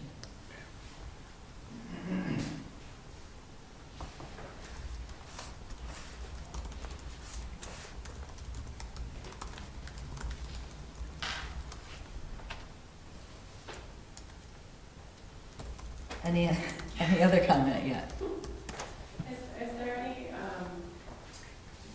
Is there any place to raise concerns about just like a decreasing tax base in the city as people move away and sell their homes for cheaper and cheaper I think value? the statement that there's gonna be an impact on the entire community outside of the 65 DNL. That's one of the things it alludes to. I think that's gonna be the ongoing work outside of this comment for myself, council, for our representatives, to be pushing to our congressional delegation that there could be economic impact here, so how are you gonna help us outside of this FAA funding? I don't know that I think there's an appropriate, that this is the right venue to make that statement. Sure. Values in houses are not going down. They're going up. My daughter just bought a house in Winooski last month. They wanted $269,000 for it, for a 2-bedroom. They're not going down. I have seen the current trends, yes. Okay. I agree with that statement too, and people know that the F-35 should come in here. Yeah. And we've also always lived with the Vermont Air Guard base next to Winooski. Yep. So people know what they're getting into when they move to Winooski. Yep. I mean, you're not moving to a community without doing your research. So, I mean, Right, but I also know people, their realtor has said, if you don't want to be in a life path, move, don't live in Winooski. that's. So I think right. that message is going to be reaching people more readily as the noise becomes available. And quite frankly, the fact that the previous noise mitigation plan was just to destroy the homes and have nobody live there, I think is massive. There's a greater plan for that though. There's a greater plan for that. There's gotta be. They're not destroying homes for no reason. So those houses were also right next to the airport. They were in a higher noise level. That's not what's gonna be happening. The airport has made a commitment not to do that again. Right, but just my understanding is in terms of health, that was the original response. It was. I don't want to speculate on that. I would say yes, there is a potential that there could be impact to home values. We don't know what that could be, and I don't know if you two feel differently. I don't think this is the place to address that issue. I think there's a different venue for that conversation. Well, and I think to some extent this has been addressed. I think that we have shown a preference through the choice of options that are selected, right, for soundproofing and purchase assistance, and not going for home sales assistance, because I think that I would be uncomfortable with just sound mitigation and not allowing people a way out, if that's what they needed to do. And the purchase assistance provides at least the housing stock improves when someone leaves. And so I think we are trying to take care of that. Whereas home sales assistance, someone sells, there's an easement, no mitigation is done, that house is much less usable. And I think that that is a value judgment that we're making right now, that we should have one option and not the other. And there could be an impact to the city tax base, but I think we are balancing two competing needs of people who, a city who needs to maintain its finances, and people who may need to leave for whatever reason. So again, I don't think it goes to the question of what speculative economic impacts we want to call out, but I think we are starting to make value judgments as a council and should be aware of that. And it's stated here too, on the document. But, you know, to go to your point again about the real estate agent, a house in Winooski does not stay on the market very long. Even if someone wants to buy it and they do say that and say, oh, you know what, good point, I don't want to live by the airport. So, but the house will sell. And people are moving into Winooski because Winooski's a happening place. So My concern is that I don't actually want to move. I also just don't want the sound. I don't want the nuclear risk. I don't want the crash risk. I don't want to hear. Yeah. Well, and also I just think it's not just about the home prices, it's about who's choosing to move into Winooski. And I feel like we're already facing a challenge of young families moving out of Winooski to go to a different school district. And I just feel like this is one more thing with a family with small children to give them an excuse to leave Winooski and not stick around. So I don't doubt that people are still buying houses. It's just are they going for their young family, families with young children, are they going to continue to buy houses and want to stay in Winooski? So that's a very good point, because I was under the impression that a lot of young families were moving into Winooski, because most of the people that I see new coming to Winooski, they're just not the resellers or English learning folks that are moving here. It's young families moving here too, because, you know, it's like I said again, it's a happening place here. There's a lot to offer. The school's getting, you know, a lot of work's getting done to the school to make it better. Our pool's gonna be done hopefully by 2020. It's supposed to be done by 2020. And I was under the impression, from what I see, I could be wrong, because I don't have the facts, but from what I see young families moving to Winooski. So I feel like we are straying from the task at hand right now. reel us back in. I would like to come back to, are there any additional changes that we want to make to this comment, or do we think this is good to go? Good to go. And so we're saying we want to call out kids 0 to 5 based on the World Health Organization standards, and add this statement about there is impact to the broader community. Yes. Okay. I like to see the kids go up a little bit, to be honest with you, but if you're gonna go with 0 to 5. Well, I think- whatever, we're going to reference this World Health Organization, so there's a data point to work with. Oh, I see what you're saying, okay. Yeah, so it might not be 0 to 5, but that's what we suspect. 0 to it X. is. Yeah, to X. Okay. So before we go to approval, I just want to talk briefly about what, like, communication and next steps would look like. So when these are final, like if we approve these, or if we wait till the 27th, whatever that is, which would be very short term. What I would like to do is we share this out as our official statement through our regular channels, you know, the city website, social media, etc., with guidance to residents that they can also make a public comment, and that we would encourage folks to do so because it's to the benefit of Winooski to have the most comments possible. I would also personally reach out to some of those bigger stakeholders I mentioned earlier, like the schools and the housing authority and such, to see if they also want to make similar statements and submit those. And then I have been in contact with Moreau Weinberger's office to have a meeting with him. I'm not sure how this will play out, but the other part, so South Burlington, I've reached out to Williston but not heard back yet, to see how we like regionally want to work together to advance these priorities of ours. So just keep you all in the loop on that. Whenever that comes together, I can let you know and talk about what it is that we are trying to push for. Like, that's a good idea. I mean, the more help we can get to help our cities, I think it's a win for us. And we have seen, South Burlington shared their draft, kind of their response, and we're pretty aligned on several, you know, we both Okay. want to see sound mitigation, purchase insurance. So there's a lot of alignment there already. Okay. Sure.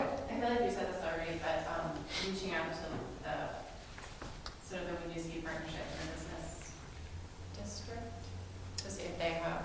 I mean, yeah, downtown, I haven't fully fleshed out a list of who all of our folks are. That is something I would run by staff and council to see if you have suggestions.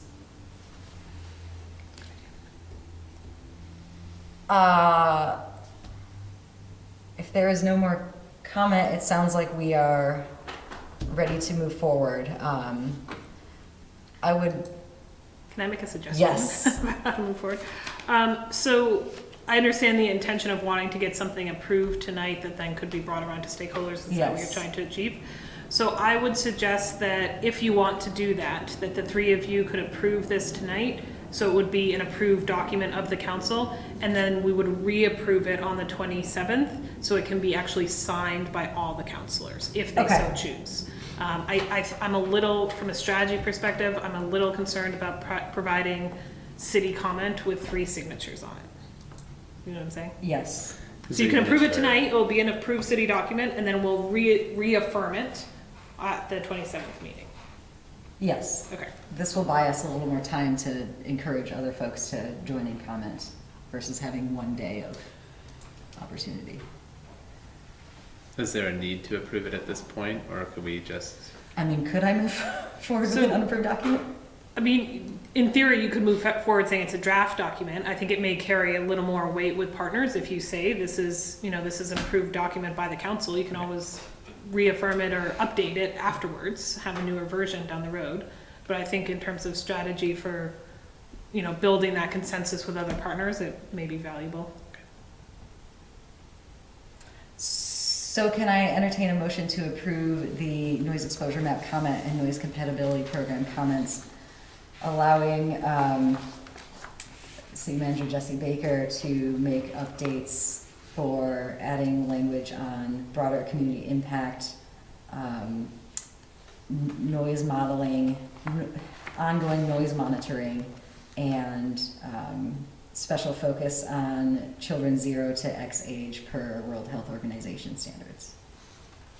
So moved. Second. Motion by Jim, second by Mike. All those in favor, please say aye. Aye. Aye. Motion carries. Thank you. Thank you all for a lot of very good feedback. So we can move to our next agenda item, which is the 2019-2020 policy priorities and strategies. So changing gears. So on June 1st, we met as a team and had a retreat, long conversation about our strategies this year and our priorities aligned to the strategic vision given the adoption of the master plan. Staff then spent some time reviewing your feedback and crafting the document that's linked off the agenda. A couple of things to call out about what's before you tonight. One is when we talked about this at the retreat, we had things in 3 different kind of buckets, 3 priorities in 3 different buckets. What we've presented to you tonight based on our conversation on June 1st is what are our priorities and what are our priorities pending additional resources. So for example, the UPWP money that we were awarded will help further some of these second column priorities. We also wanted to clarify the difference between work we're going to do this year and priorities that are listed here that we're going to bring you budget proposals for FY20 on. So you'll see that called out where we see, FY21. So you'll see that called out where we say FY21 proposal. It's not necessarily, for example, the K-9 program that we had the conversation about. We're not going to stand that up this year. We're going to research it and bring you a proposal.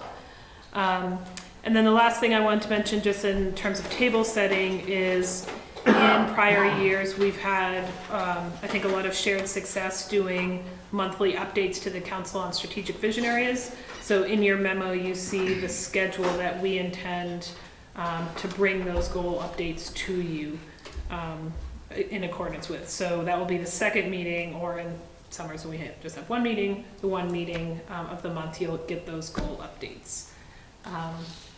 So that's the table setting I wanted to do.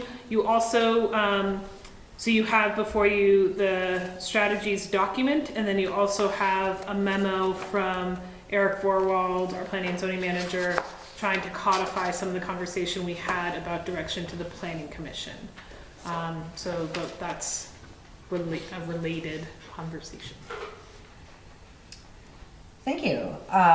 So this is an update. We had June 3rd? June 1st. June 1st.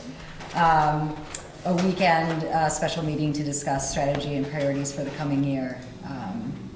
This is the result of that conversation. I feel like this captures what I recall the discussion being. I have a few minor questions, but I think that's the first piece of this discussion is, does this capture what we discussed? Does this look good to us moving forward? And then I think second, we can move into the discussion on the planning commission items. I was just, I do think it pretty much entirely reflects what we talked about. So thank you for the work to restructure our musings into something that's more structured. And I just had a note to myself as I was reading through is why I couldn't recall why bringing the Winooski Housing Authority properties into the registry was not considered a this year priority.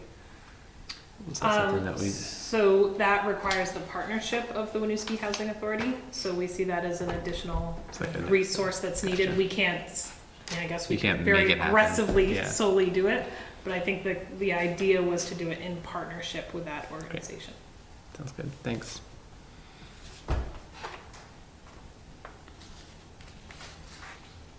I just had some very minor comments. One was about the standing up the Finance Commission. Actually, I can table that until we discuss the next item about restructuring commissions. There's a note in here about under implementing the tree ordinance, the tree commission, I think, Jim, as you reiterated earlier, that role will be fulfilled by the Public Works Commission. I don't know if that needs to be called out, but just that we're not establishing a new commission with that note. So this is in the bottom of municipal infrastructure. The last Oh, yes. Yep, tree commission, yep, public works commission. And along those lines, I think moving plan for EAB pending resources should be in the pending resources column. Okay. I guess that's a minor point, but. Yep. Thanks. Good.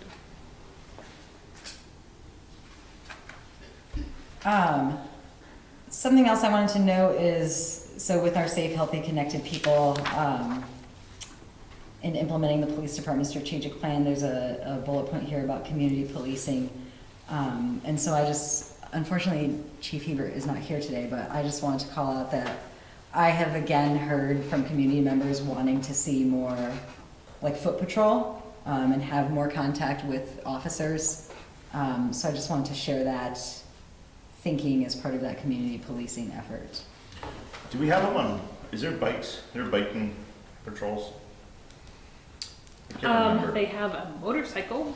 Well, not that one, not that kind of bike. Do they, yes, I don't- they're getting some head Do we? nods. Do they have? I don't think They so. have bicycles, but it's not necessarily, obviously, year-round. It's when they have availability. Yeah. Availability, yeah. I think they remember used to see them around, but I haven't seen them in a while. Okay.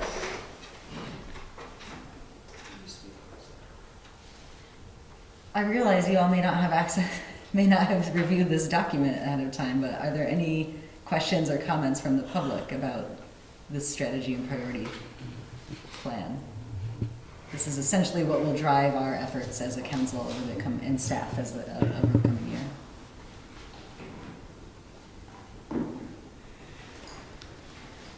So no public comment. It sounds like we are all in agreement that this well captures what occurred at this meeting. I did alert Amy before she left that she was welcome to share, like via email, or if she had any comments. I think she might have left before this was sent out, but had not heard from her. Hal didn't raise any concerns. So I would entertain a motion to approve this document as is, with the two noted changes. So moved. Second. Motion by Mike, second by Jim. All those in favor, please say aye. Aye. Aye. Motion carries. Thank you. Thank you. Oh, wait, so we still need to discuss the planning part. Come on up, Eric.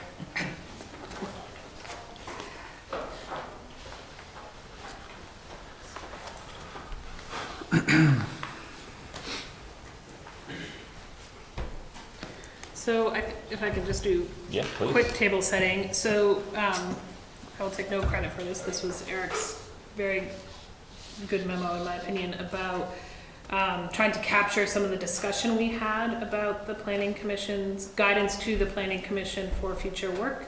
I think this is a really hard conversation to have because it's not necessarily a hard vote. It's not necessarily a go do this project. It's a little more ephemeral.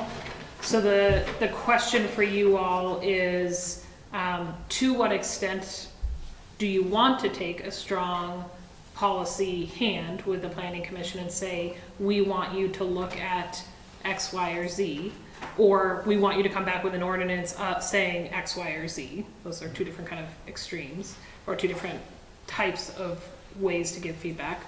Or do you want to say, here's the discussion we had, you are our policy extension arm, go forth and do some research and bring us back some recommendations. And of course, the mayor serves on that as the liaison to the planning commission as well, so can help facilitate that process. So that's my take. Yeah, I think that's a really good overview of kind of the information that I was looking for to take back to the planning commission as we start to develop our work program for the coming fiscal year. Now that we've finished the master plan, it's time to start implementing it, basically. And so there's been some community discussion around some specific topics, and we at the planning commission level have also identified several items that have been things that we wanted to start to explore, many of which we talked about at the retreat and are reflected in the memo. So it's really more to get a confirmation from council if these are our items that we want to continue moving forward with to explore at the planning commission level, either in depth or loosely. For example, with the historic preservation topic, I think what came out for me anyway from the strategies discussion was we really need to get an inventory of what we currently have and what we're trying to protect. So that wouldn't necessarily be a role for the planning commission aside from looking for some funding or getting other resources involved and integrated to start conducting those inventories at this point. So that might not be a planning commission function, but at least to make sure the planning commission is aware that that's the direction council has indicated we should move in, so that they're not spending time and we're not spending time at the planning commission level going down that road if we're not we're not spending a lot of time to develop regulations that may or may not achieve the end result that we're looking for. So, from my time liaising with the planning commission, I have heard them express that they are concerned about parking, they are concerned about historic preservation, they are concerned about these zoning updates. It feels to me like there are two different discussions here. So one is historic preservation, because I think to Eric's point, that's not necessarily going to be handled by them. It's not something that we would move immediately to regulation, right? We need an inventory, we need to know kind of what it is we're driving towards. I think the zoning updates and the parking coalesce in that I have heard the planning commission discuss, are parking requirements working, is form-based code working? I think the two, they tie in together because there are the different parking requirements, one in the gateways, one in residential areas. Maybe there's more than two, but. There's really, I guess the bigger issue is that there was an attempt during the development of the form-based code to incorporate specific parking requirements for the gateways that was not included. So okay. The parking requirements for the gateways are the same as all the other districts. I see. We regulate all the parking the same, basically. Okay. So they have been raising concerns about, do parking requirements make sense? They've also raised concerns about, is form-based code producing the vision that we thought it would? I feel like these two pieces align in that we are talking about, one, are the projects being developed meeting community vision of what we wanted our gateways to look like? And then two, are they meeting these goals of having efficient, like green, efficient buildings and the affordable housing targets that we've set? We already know that no one has taken the bonuses that we offer to incentivize the energy efficiency and the affordability. And we believe from what we've heard that that's related to parking requirements. I feel like that discussion could be having the planning commission revisit the vision for the gateways, look at some actual projects that have been developed and say, did this meet the community vision? did this meet our goals for affordability and energy efficiency? And did the parking work, or were the requirements too high, too low? That's how I've been thinking about this portion of the discussion. But I think a lot of people have been thinking, excuse me, that way. Did you guys, at your planning commission, public works commission meeting last week, did you guys touch on any of that? no, we solely focused on the East Allen scoping Well, study. East Allen's a gateway, so is that, did it, It kind of came up a little bit. okay, I was curious on that. You know, there was a discussion in there about whether or not how much parking to include, which will go back to the original discussion. Well, with the form-based code, the buildings on the streets, is that, That was touched on, in the ability to have that construction and also have street trees if there's not actual curb line changes to the road. so that all relates to this, so I think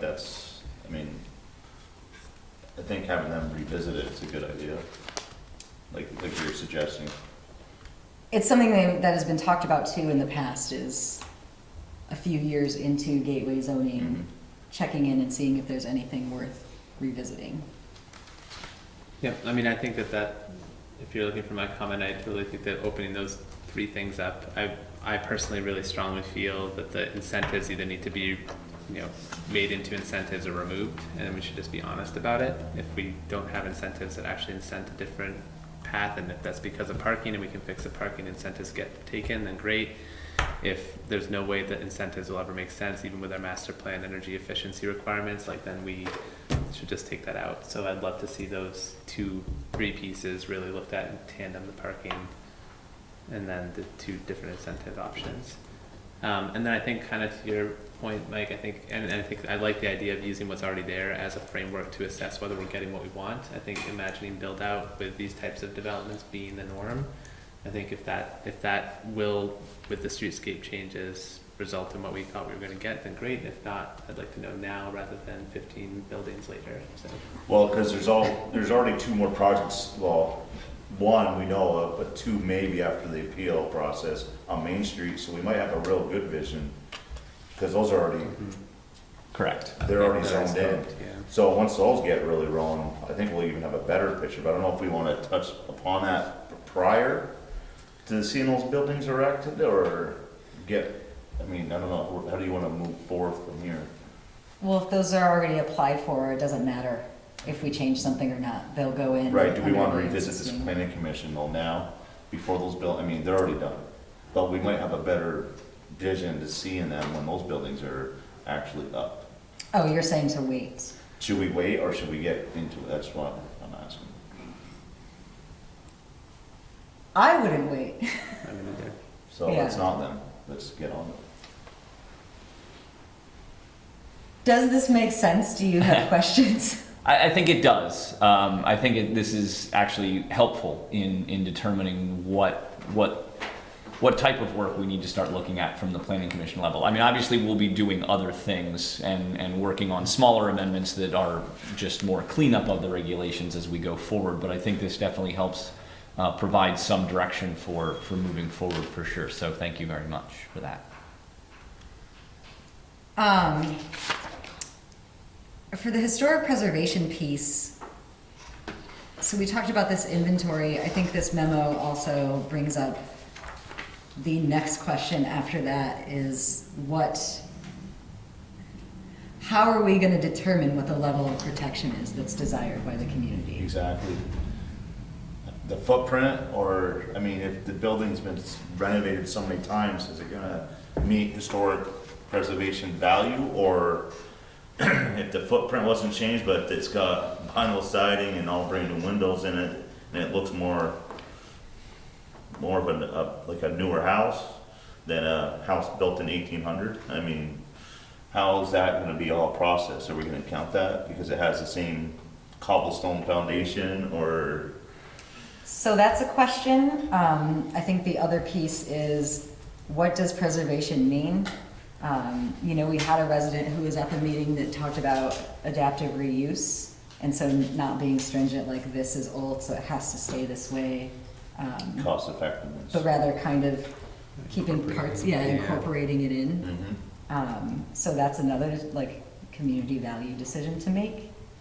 I think the question at the moment is, like, how do we even get there? Yeah, I mean, my inclination in thinking about this was that an inventory without a policy that will utilize it could be work lost. And to your point, that's not necessarily something that the planning commission would be doing in conducting that inventory. And I guess the question my first question is why our initial attempt at historic preservation didn't work, and what was missed or broken in form-based codes. Because my understanding from the person who attended our meeting and others is that there was an effort and an expectation that historic preservation would be linked to the state register or the federal register, from what I've heard. So if that is the case, why didn't it work? And if not, how do we fix that? And do we want to fix that? So I guess I'm wondering kind of which one comes first. The inventory would be helpful for understanding the scope of what we have, but it's also without a specific framework or policy that will utilize that inventory. I wonder what we get out of that effort, and if we should wait a year for that effort to go through before then thinking about the policy part of it. Does that help? Chicken egg. I mean, don't we have some of an inventory on some properties, don't we, already? Well, if I can interject on both of those things for just a minute, and Heather, I'm going to try and channel you, so jump in if I miss channel. I think the conversation we've had as a team is the inventory comes first, understand what we're trying to preserve. And if we're trying to preserve I think period end of sentence. I think before, one of the reasons it failed is we didn't have something to say, here is what we're trying to do. So we went to the inventory that existed, and the value was, what are the parcels that have been somehow valued at the state level as buildings, as standalone entities that we want to preserve. I think there's a feeling amongst us that the inventory may show, yes, there are some specific buildings we want to preserve, but there may also be a land pattern development, or there may also be a history, or there may also be individual human stories that we want to preserve. And therefore, how we do that, the policy for how we preserve those sets of things, may be different based on what we learn in the inventory. So we really need to start with that to understand how the policy follows. I think that's how we've kind of made sense of some of these conversations that have been swirling about. That does come with a risk of waiting a year and going through this inventory process and running into another development challenge. But it also may allow us a little more creative thinking about how to honor the history of this place that's beyond just, a footprint and four walls.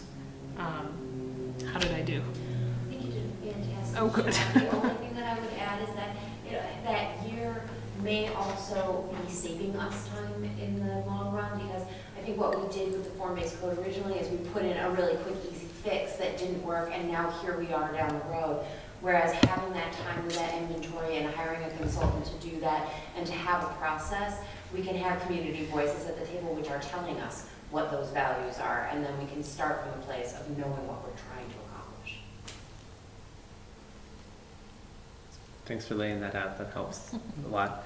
It does raise the question of, if we have a connection that's broken right now, do we continue to allow it to wait a year? And I think that's that's a big question, and there was a call for a moratorium on any new form-based code approvals, and I don't know that that's what, I'm certainly not advocating that right now, but that's the risk, and that, you pointed that out very clearly, but do we consider some intermediate measure in that year that that inventory and assessment's going on?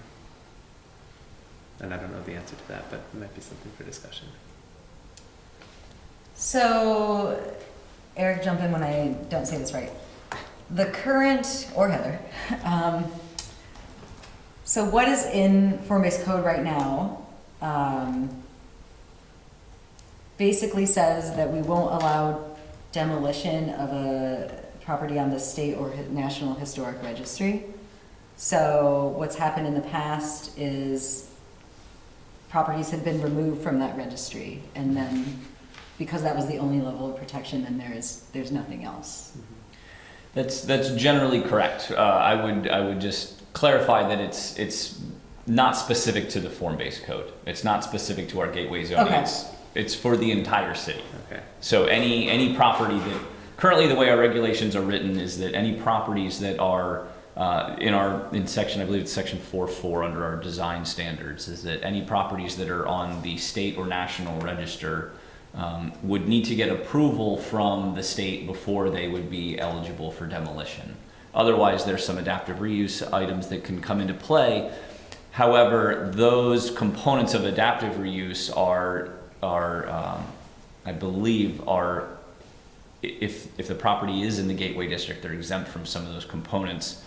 And also, if the property is not, if the intent is not to reuse the property, then they're also exempt from those as well. If the intent is to demolish the property and start with new development, then that adaptive reuse wouldn't be applicable. So I think the big challenge right now is our regulations don't have a lot of protection, quite frankly, but we also don't have a lot of expertise on staff to really enforce that type of protection. Additionally, I think to develop regulations will require a community discussion of what it is that we're trying again to preserve and what that's going to look like. And will take that in itself will take some time to get to that point, so that we're not creating regulations that will establish or create unintended consequences for other development patterns going forward, or be too onerous for owners of those properties that they in essence can't do anything with their property. So there are some challenges involved with even trying to correct what we currently have in our regulations. Thank you for that level of detail. But I would say ultimately I think it comes down to what the direction that how we want to move forward as a community.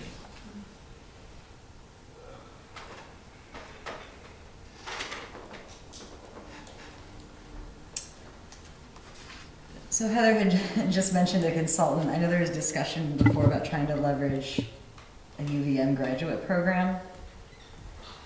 How viable is that as a path for us to rely on? Well, I haven't spoken with them at all. Right. But they do have at UVM one of the best programs in the country for historic preservation.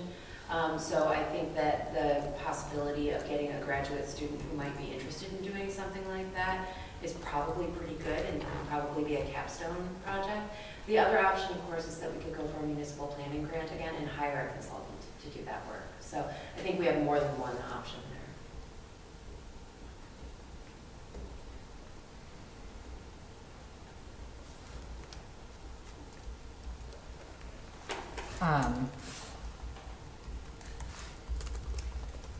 It feels like the inventory is the most viable option for moving forward. I mean, we don't really have an alternative. That alternative would be taking on some other effort to try to figure out what the community desire is here. And that feels very ambiguous for us to take right now. It'd be nice to find out so we don't have neighbor versus neighbor, like the mansion projects going on right now. So if we can start something there, just so everyone knows that everyone's on the same page, I think that's the way to go.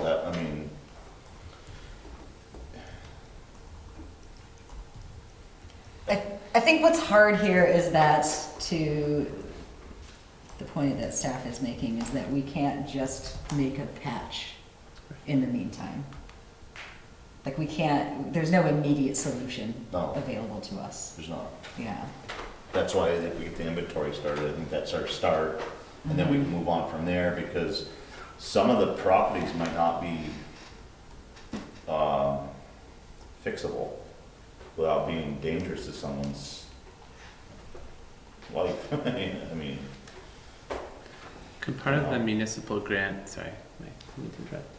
Excuse me? I didn't mean to interrupt, sorry. No, go on. The municipal planning grants, can those also be used for doing the community discussion piece? Like, can it be hitched together? So I guess I'm thinking if this is not difficult, but just a conversation that we don't quite have a footing to set up right now through either the planning commission or council with everything else. If that is something that goes into the planning grant, I see that as more viable necessarily than a UVM capstone student may not have the correct skills to do that. So I guess I'm wondering if we do go that direction, see if we can marry those two things together so that similar to the visioning that was done on 4 base codes, we're having kind of a curated process for having that conversation with as many residents as possible. I think it would be a more competitive grant If with that that piece included. Okay. So, Questions or comments from the public? Do we want to give that direction then to staff that our primary interest is in getting an inventory, ideally through a grant and a consultant, to get some community input? I think it's a start, and then we can start implementing or figuring out regulations and what people That'd can be the do next step, yeah. with if they purchase one, I mean. So. All right, so we don't need to vote on that specifically. Nope. Um, But I do just want to echo Yeah. Eric's previous comment that I think this conversation is actually very helpful for us to understand how to best support the other humans doing this work. So, thank you. Thank you. thanks, Eric. Great. Thank you very much. Yeah. Thanks, Eric. So the next item is discussion of commission realignment. This also comes out of our priorities and strategies meeting. Yep. So what you have before you tonight is again a revisiting of this conversation about, okay, are we ready to realign commissions? Staff has had some internal conversations about this as well, and we feel very good about the new commission structure. We also like the idea that has been discussed about trying to align the commissions to one night. There might be some logistical challenges, but the opportunities of being able to provide childcare or a partnership on projects that are cross-commission might be beneficial. And then we did, per your conversation at the retreat, and thinking about how we give the commissions and the people who are giving of their time and energy specific direction on what to work on. We did take the liberty of going through the priorities spreadsheet and trying to pull out the pieces that we felt might be good work plan items for each commission in the first year. So items that had some kind of policy impact or a real user impact in terms of, impact fees or those kinds of things. So those are also presented in your memo. We also provided the charters of the existing commissions as they currently stand, and with your kind of blessing of this process, I think the intent would be to bring back those charters for approval at the July meeting. Those revised charters back for your approval. So I had some thoughts about the priorities of the commissions, separately about the charters. I think that the schedule is another kind of discussion. Where would you all like to start? Maybe priorities? That sounds good. So, I mean, what we have here, it looks like, is essentially been pulled out of our strategy and priorities, which makes sense. Directly. I think, for me, looking at the priorities in the Finance Commission, I feel like maybe some prioritization is needed, because there's a lot there to determine kind of order. The infrastructure, some of that, it looks to me like it kind of follows the way work goes. Like we're already in position to address this Tree City USA situation. East Allen scoping will happen along the pace that CCRPC sets eventually. I guess there's a couple items in there maybe that we might want to consider prioritizing.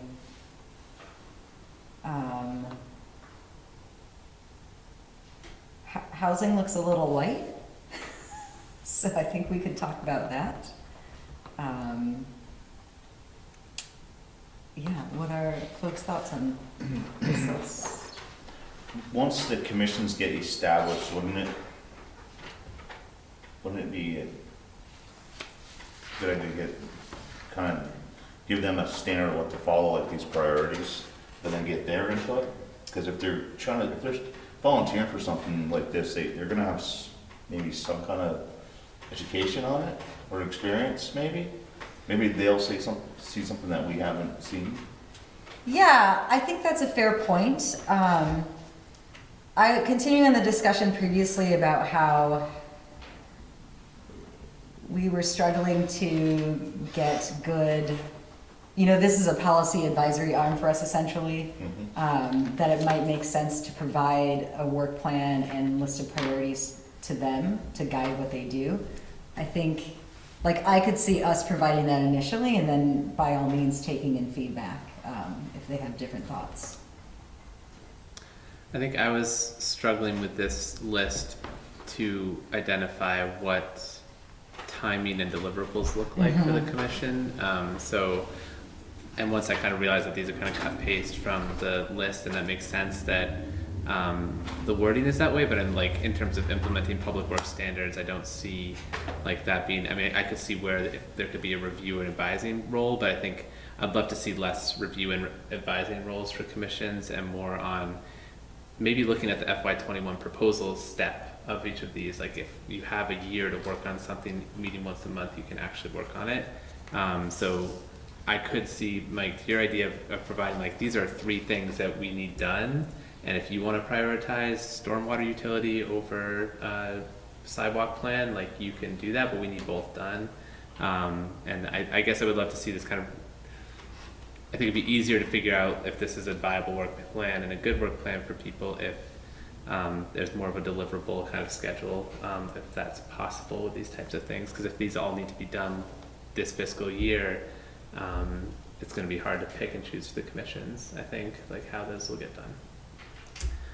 So that was one reaction I had, and the other is that I think the timing kind of stinks. I would love to see the equity work finished and recommended back to council before these commission work plans are set. Because I think that is a point of discussion, is how this commission realignment could also further that work. And so that's just, I'm raising that as a concern that I have, that going too far down the road of setting work plans without having that recommendation from the group, it'd be nice if we could wait.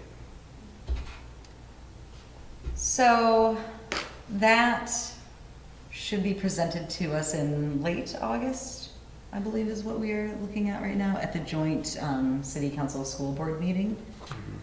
So we're looking at between now and then probably 1-2 meetings for each of these commissions. You mean with the equity outputs? Right, so I'm saying if they're gonna meet twice already before that information is available, before we've had a chance to discuss it, I'm thinking about how much would actually, the timing on that.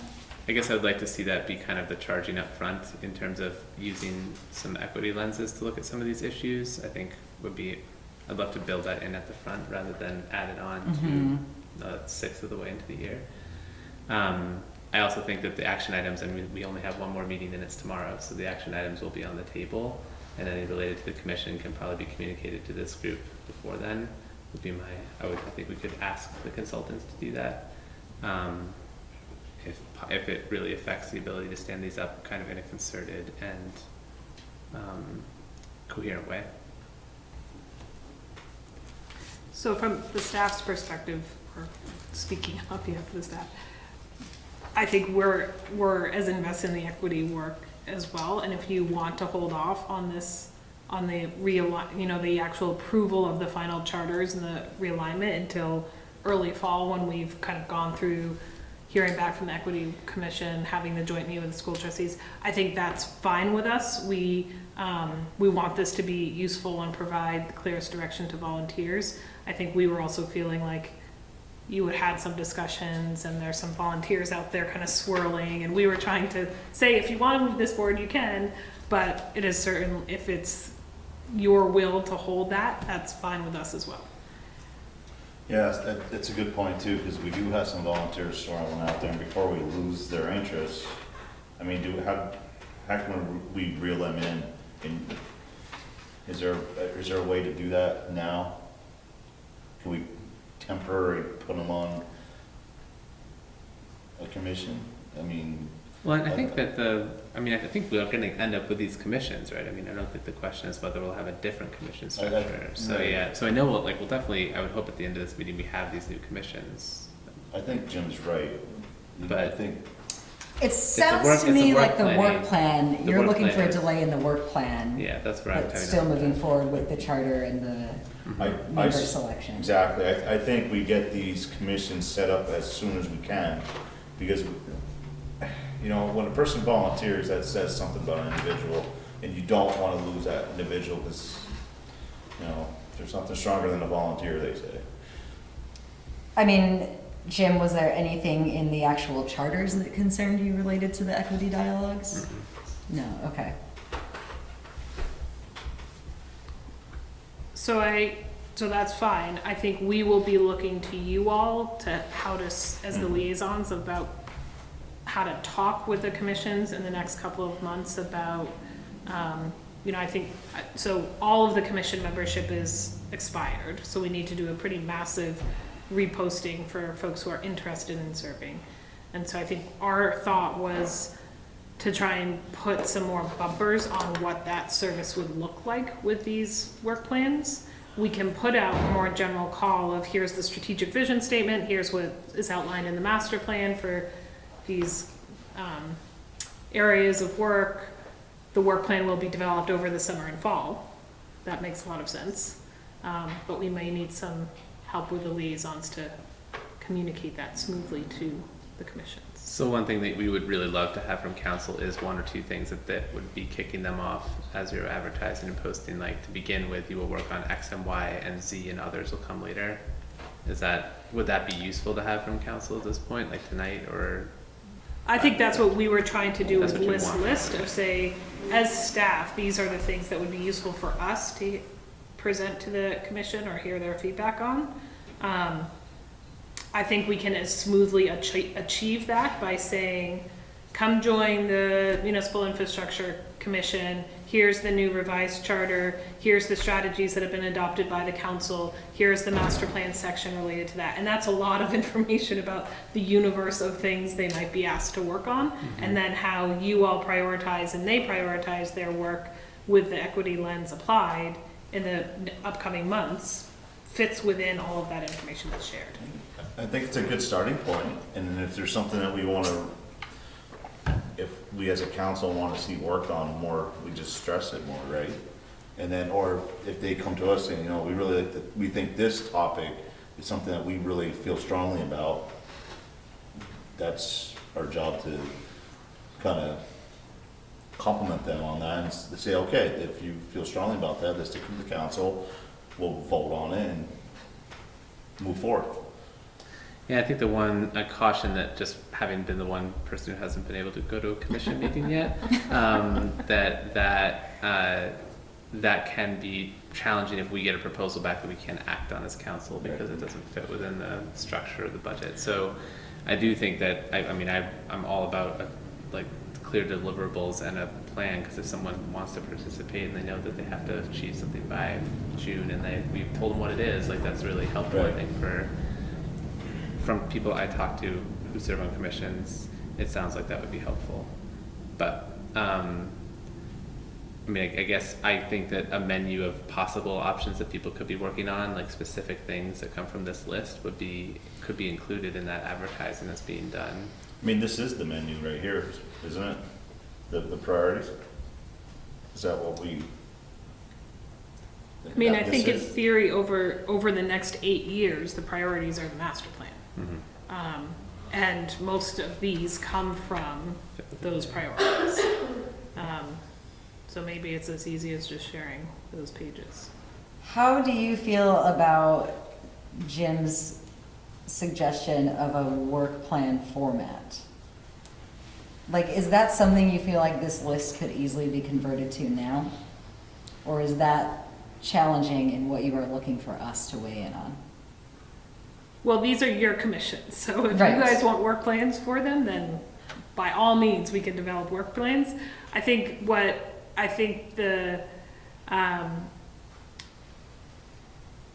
to make sure we're aligned, what might be best is if we're gonna move forward with the commission realignment now, pause on the work plans until the equity work is developed. What might be best is for the liaisons and the staff contact to work over the summer on developing that work plan together. And so there's buy-in from you all of what you want them to be focusing on, and then we can provide the guidance on like, you know, what we're gonna need feedback on when, based on the budget schedule and the legislative schedule and the funding application schedule and all of that. Does that make sense? Mm-hmm. It does, well, because I've only attended one commission meeting, Jim, so I'm one up on you. So I'm learning as well on this. But from serving on the Community Service Commission, I didn't serve on that commission, but I was the pool committee was a sub-commission on that. So I got a taste on how that commission kind of worked. And I think if you get people that are, if we find the right people for each commission, I think this is going to be a very helpful tool. And I don't know where they are. I mean, are they disbanded right now, all the commissions? Do we still have, I see the finance one's not meeting, but the infrastructure one's has been meeting. Some are, some aren't. Okay, they're at different stages of development. Okay. So the Community Service Commission's still meeting, correct? I mean, is there 5 members? There's 3 members, okay. There's 3 from the Public Safety Commission who are not inactive and would be asked to join potentially the Safe and Healthy Connected. Right. What about picking? So I mean, I could see that model working of having the staff. I mean, I guess I just wonder about having one council person directing the work for a quarter of a year for a commission. I mean, I presume that we would all in good faith choose something from the list that's helpful to you all and the staff contact and liaison for each of these commissions. So maybe that is a start as a work plan for one item that can be completed in 3 to 5 months in that time. Does that kind of accommodate your idea, Jesse?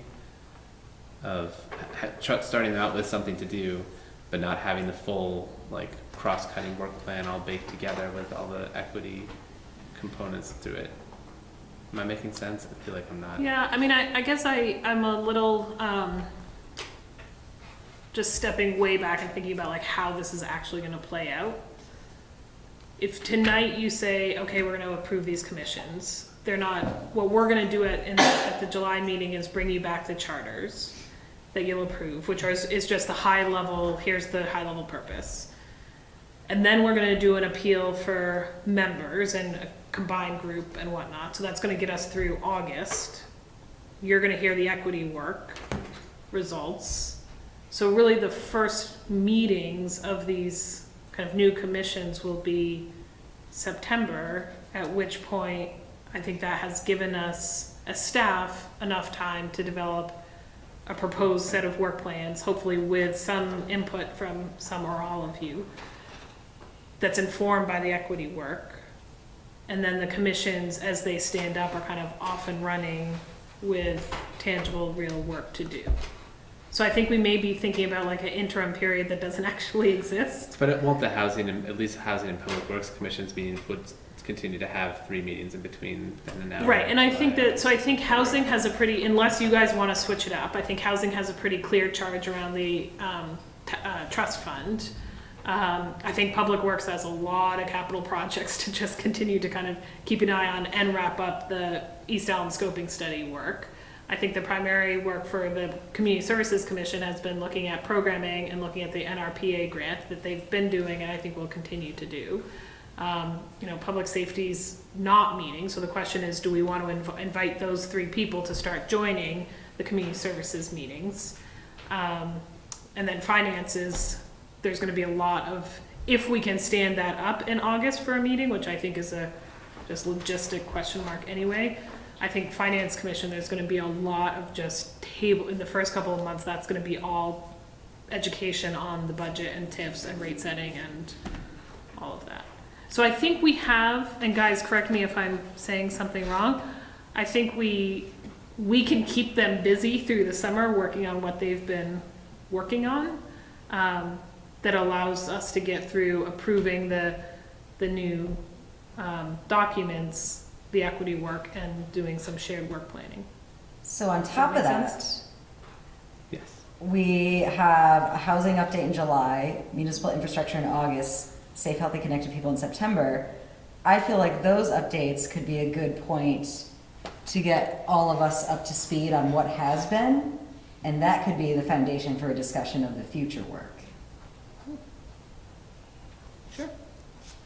I think my understanding of timing was off, so that way you lay it out, Jesse, makes sense, so I think that works in my mind. So I that- hope one of you was listening to that.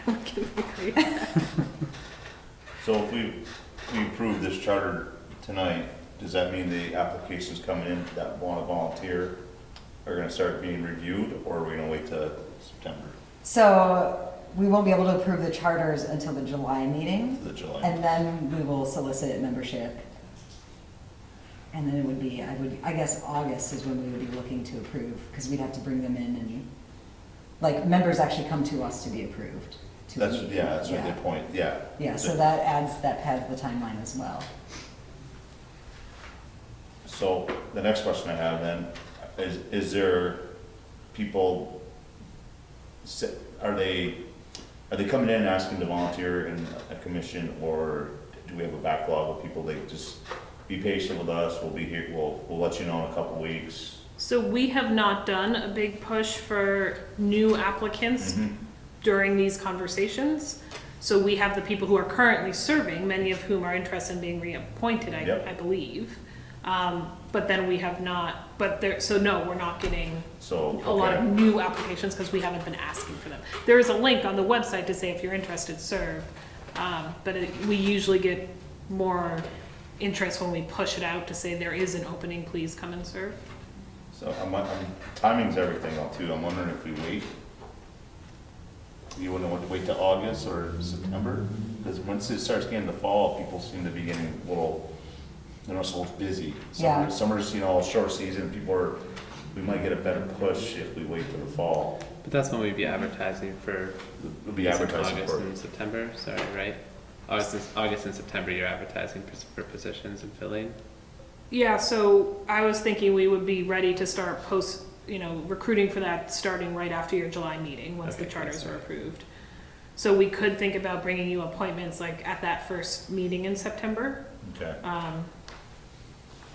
Or if you want to give it more time, we could do it at the second meeting in September.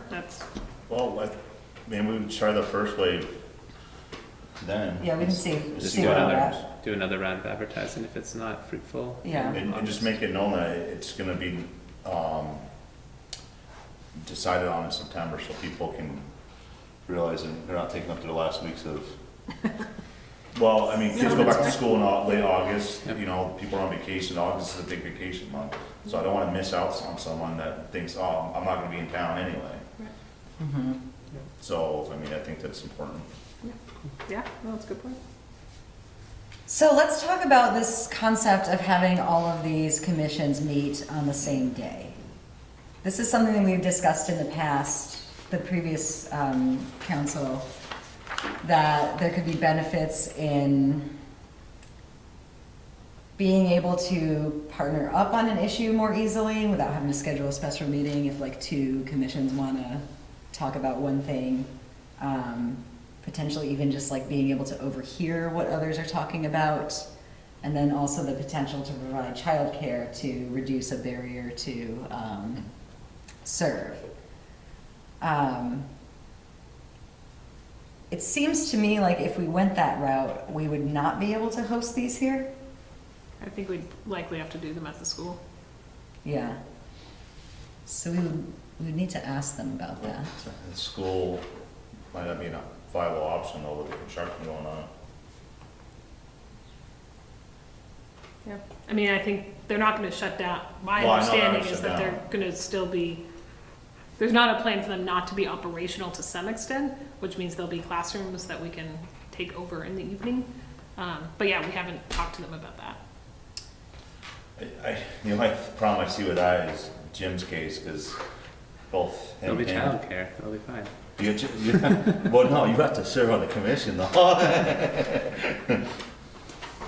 I mean, that is a concern. And I think also just from being able to have cross-pollination. So like if I am the liaison to, for example, the finance commission, I can't attend the infrastructure commission ever unless I swap with someone or leave them liaison list. So that's there's one challenge there. And I also wonder how that would work for you, Christine, in terms of, being on 2 to 7 commissions at any given time. If you do need to, if there's any staffing or liaising problems there. However, I think those are logistical issues, and I think that the benefit of people seeing a larger body of people trying to help with all these things and working on different aspects is also motivating when you're not sitting around with 3 people that you see once a month, but you're sitting around with 18 or 20. I think that could be powerful. There certainly is a logistical challenge in trying to sub in if anyone is unavailable for staff or council liaisons.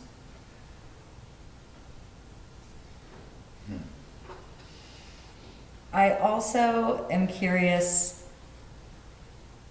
I think the days they meet on were initially chosen by members who are serving on them as convenient times. I don't know. I guess I'd be curious what actual current members would think about this idea. I don't know that we've brought it up. We've talked about it a couple of times loosely, not in any kind of systematic way. Yeah. We talked about realigning them with as the master plan was being developed, in the hopes that there would be more joint conversations around that prioritization.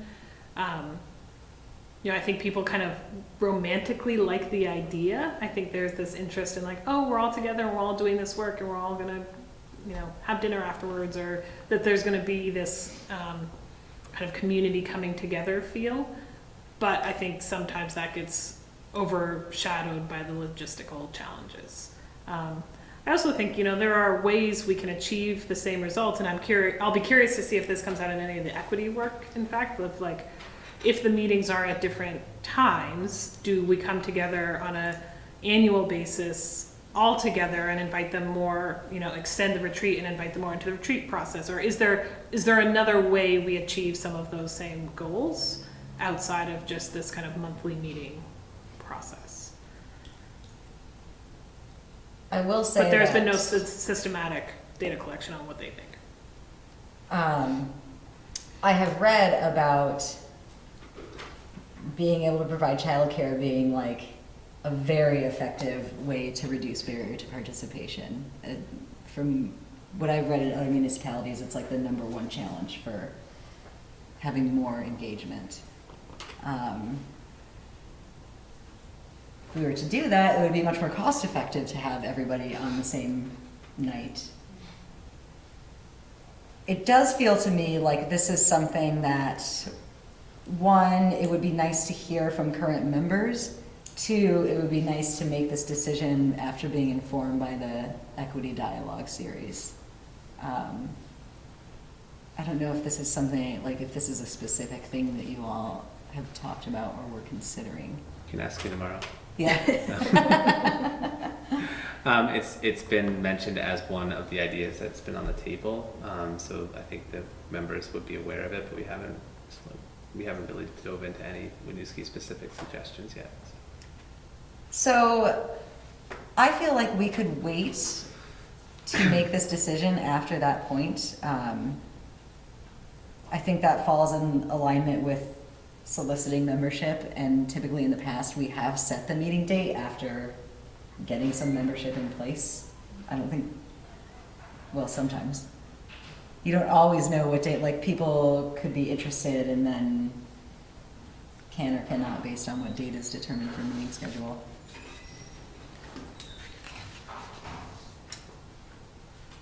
So is this something we also want to table for now? I think it makes sense to wait at least until July to make the decision. And I don't think it would hurt in the meantime to try and ping members to find out what they think about the idea. I mean, that's an email conversation or a phone call. Mm-hmm.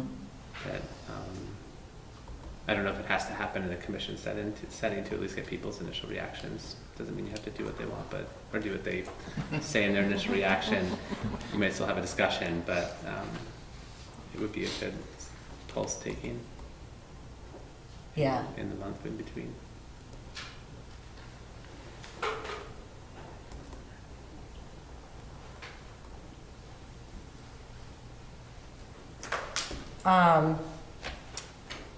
The last part here is these charters, and I had some feedback. I don't know if you were looking for it, but I had some feedback on how to address the new charters. Sure.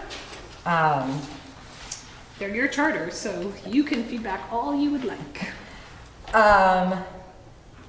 The public safety, municipal and public works, and community services charters were all pretty similar, it looked like to me. I personally preferred some of the language in the community services one. I don't really remember why. It looked like we could essentially just use that same format, update the authority, purpose, and scope to reflect the new breadth of work, particularly for the safe, healthy, connected people. But that we should probably remove the recommend department budget language.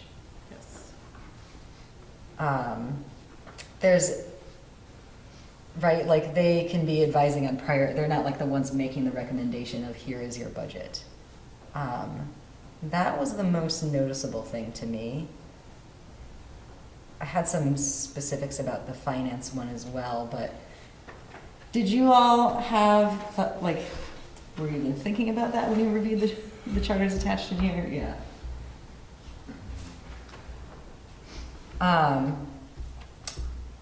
For the finance one, I think the purpose and scope in there needed updating based on our discussions about being focused on policies and planning versus reviewing specific, like the previous iteration was very like specific policy reviews. And then I noticed the format of that one didn't really look the same as the rest, but that Yeah, might these just are be a all adopted at formatting different issue. times Yeah. in history. Angela's probably here. I'm not sure the rest of us were. This iteration of the finance committee was in 2016. Yeah. Yeah, I basically just wanted to mention the scope piece being not aligned to the recent discussions we've had. No, it's not. Yeah.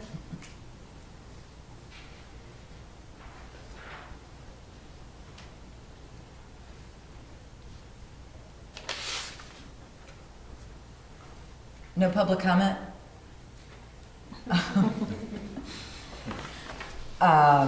Do y'all have any other comments about this particular topic?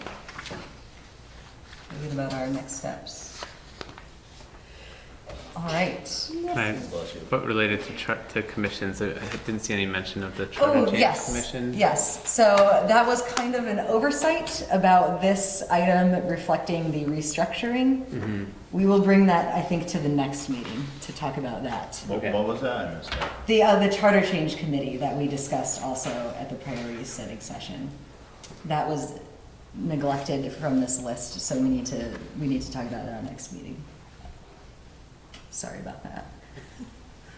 I want to call a 2-minute recess before our next item. So we will reconvene at 8:45.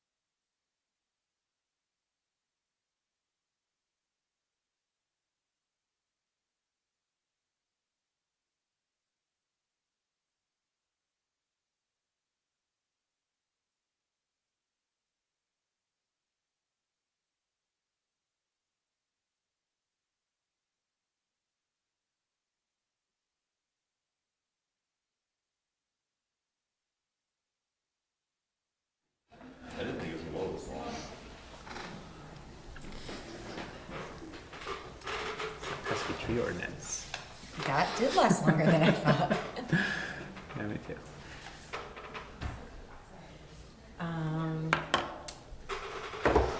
All right, let's reconvene the regular city council meeting at 8:45. And our next item is grant approval for a build grant for Main Street revitalization. So I do have a quick handout that I'll go over overview. Thank you.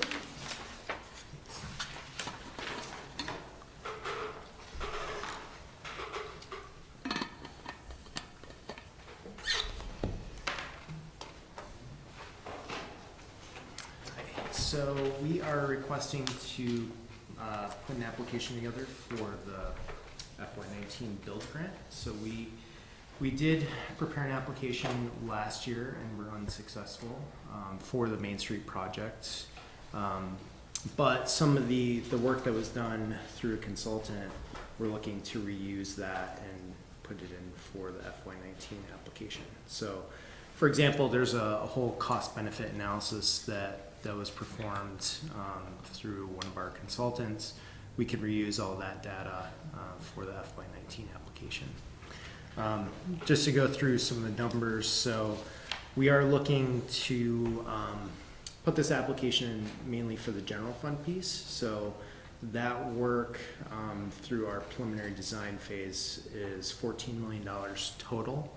So that would be we're looking at an 80% grant portion and then a 20% local match for that. So the city would be potentially be on the hook for $2.8 million for that work. But that's sort of worst case scenario. So the build grant has a rural component and an urban component. Urban is population over 200,000. So we're in the rural piece, so there is potential to be 100% grant eligible for the project. We haven't seen that in previous applications, so that's why we're showing the 20% local match requirement. And I think it's important to note, if we don't get this and decide to move forward with Main Street, the worst case scenario is that we cover $14 million of it based solely on property taxpayers. So the worst case, as John's mentioning, is stepping down from that, being responsible for 14 million to jumping from 14 million down to 2.8 million. So it's still a much better scenario to be awarded it than that. Yeah, absolutely. And that gets into the page that I handed out. So what I tried to show here was sort of the debt modeling that we have been showing throughout the project. The existing debt modeling to date, we're showing a little more accurate. 3.7 million is what the general fund project cost is. So our phase 1 portion that we've been modeling, that project cost is at 5.4 million, which is an annual sort of debt payment of 312 million. So kind of comparing that with, say, if we did get a build grant with a 20% local match, that would be a $162,000 annual debt payment. So much lower than that sort of even just phase 1 piece of the project. So potentially, in theory, you could do the whole project for, almost half of what the phase 1 piece would be. So just to say another sentence, so on the modeling below, which is just screenshots from what we previously presented, the new revenue options that we've identified primarily are the local options tax, which you see even conservatively budgeted for this year is below that 162,000 that we would have to incur to get that 20% match. So in theory, we could fund that portion solely based on that revenue stream that we've already talked about committing to capital projects. And we had that discussion with business owners. They were more in favor of having that tax if it was committed to capital improvement projects. So that's something that's a thing we've been saying that we would do. Well, even to the residents though, that was one of the selling points. Mm-hmm. The try to get the residents on board with the tax also. I'm glad it's going that way. And let's just be clear, I think we are optimistic that the federal government will get behind Winooski and give us $14 million. It is a very aggressive grant application. So while we are going to be confident and we're going to put our best foot forward, of all the grants we apply for, this is probably the most competitive grant. So I think, may not be a huge chance we get it. Are you doing anything different from last year's application? Was there any feedback you were able to act on? So we weren't, because it is a pretty large federal grant, we were not able to get any feedback. We are going to be, as the new grant guidelines come out, tweaking the grant to kind of more align with their guidelines. I will say, what we've heard is, with this grant in particular, the more times you put it in, the better chance you have. So, the first round we weren't surprised in not getting it. But we're also talking regionally and trying to find out who's putting in build grants. So, for example, I mentioned the memo. Last year, VTrans did get a pretty large regional grant for freight railway connections. This year, they're putting in a much less sort of desirable project, I'd say, in like culvert replacements. So we have a better chance over maybe a state build grant. So that kind of comes into play too. We do have statewide, there's a $90 million cap on these funds.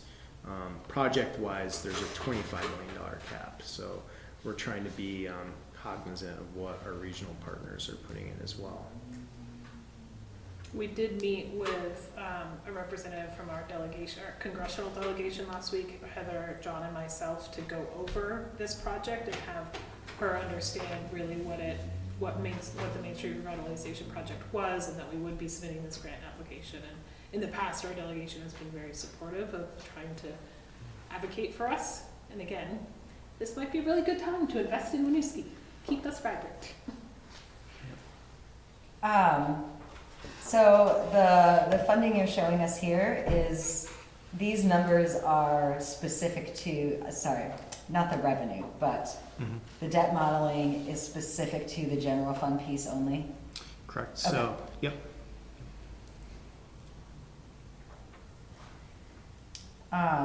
Obviously I want you to apply for the grant and get us free money, but are there other questions generated by this information for you guys? Did this answer your question? Yep. Yeah, I had asked them over email about if there's a running total of already committed cost share from our obligation bond, but that's I think it's clear that this is within the allowance of what we have, so that we wouldn't be overmatched. Right, with the 20%. Overcommitted, yeah. Or closing us off from other opportunities by committing this 20% match. Mm-hmm. Yeah, and I will say the funding that we're showing and putting in will also include the engineering sort of soft costs that have been approved by the council previously. So there may be some funding that we could try to recoup that's baked into this number. If we get awarded this grant, is there a set of guidelines we have to follow? Does it fall into our Main Street project picture, or is there other things that we have to do to get this grant? So it's a federal grant, and what comes with that are all the sort of federal ties that come along with grants, like your sort of contract requirements for American Iron and Steel and some of your payroll wage requirements. But since we've already received and accepted a USDA grant, we're already on the hook for those federal requirements. So there's not none that we've addressed that are going to be kind of supersede those USDA requirements that we're already following. Any other questions or concerns? So I would entertain a motion to approve the build grant for Main Street Revitalization. So moved. Second. Motion by Mike, second by Jim. All those in favor, please say aye. Aye. Motion carries. Thank you. We welcome Heather for our next item, another grant approval, V-Trans Bike and Pedestrian Grant for Main Street. I also would like to get us free money.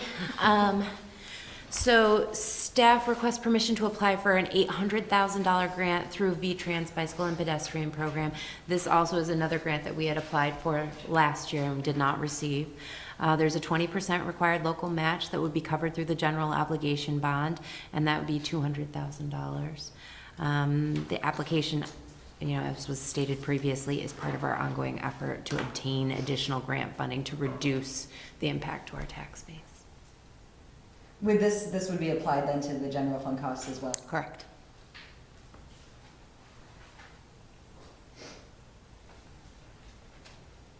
I don't have any specific questions about this one. All right. Motion to approve the V-Trans Bike and Pedestrian Grant for Main Street. I would entertain one. So moved. Second. All those in favor, please say aye. Aye. Aye, motion carries. Thank you. Stupid thought flying around my head. The next item is discussion, introduction of Chapter 28 fee updates. So this is our ongoing fine tuning of this chapter of the ordinance. And there is both proposals for community services and planning and zoning indicated here. Yeah, so the fairly straightforward and hopefully decently explained here. One cleanup item of just adjusting the language in the ordinance to reflect the resolution that was passed in January for annual rate setting for Thrive, for the Thrive program. So that had been prior established in ordinance. The resolution that was passed this year during the budget process states that that'll be happening on an annual basis through resolution moving forward. So the cleanup language here just kind of reiterates that in the ordinance itself. And then with North End Studios coming into the O'Brien Center space, another cleanup item here to strike the fees for the O'Brien Center since we are no longer going to be charging those. And then for Eric's, I'll speak for him, he can correct me if I'm wrong, but there was a residential and a commercial rate and not a mixed use rate set for DRB appeals. So this just adds that third category. And I think that is what we have got at the moment. So we're looking for a formal introduction tonight, so at the July meeting you can hold your public hearing.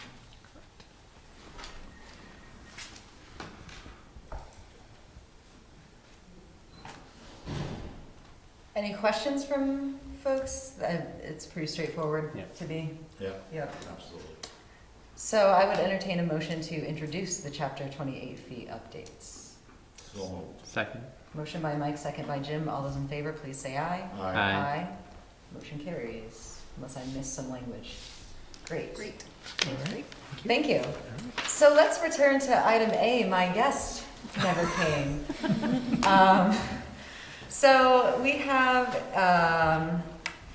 this is for a resolution proclaiming International World Refugee Day. This is something that we have done as a city in the past.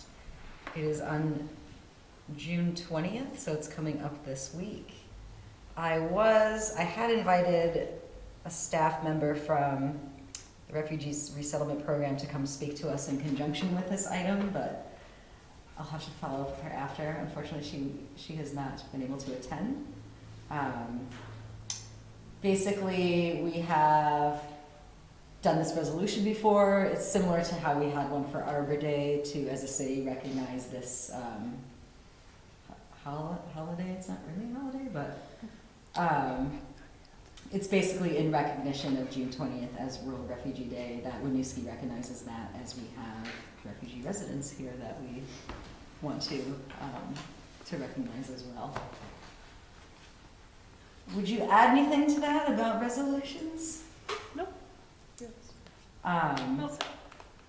Yeah, so we have, like I said, we have done this resolution in the past, and I wanted to bring it forth to do again as a community, as a city for the community. Any questions or concerns about this item? Well, I want to thank you for making sure that this is done annually. I think the news coming out of Portland and other places where we're seeing new refugee arrivals, even this week, I think it's important that we're continuing to keep this in our minds. The only question I had is what sort of outreach or event communications, anything's planned for on the 20th? Like, will the city do a press release or anything like that? That's a good question. So the Vermont Refugee Resettlement Program is hosting an event on the 30th at the school for, it's like a New American event in honor of World Refugee Day.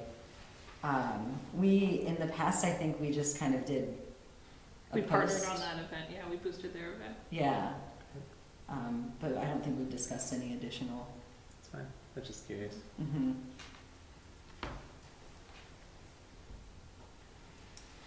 Any other questions or concerns? No. So I would entertain a motion to approve the World Refugee Day proclamation. So moved. I'll second. Motion by Jim, second by Mike. All those in favor, please say aye. Aye. Motion carries. Thank you. I hope maybe to get our guest from the resettlement program here at another time. She was going to speak a little bit about the experience in Winooski of their clients. So I'll try to make that happen in the future. With that, we have made it through our regular items, and I would entertain a motion to adjourn. So moved. Second. Motion by Jim, second by Mike. All those in favor, please say aye. Aye. Motion carries. Meeting adjourned. Thank you all. Thank you. Small but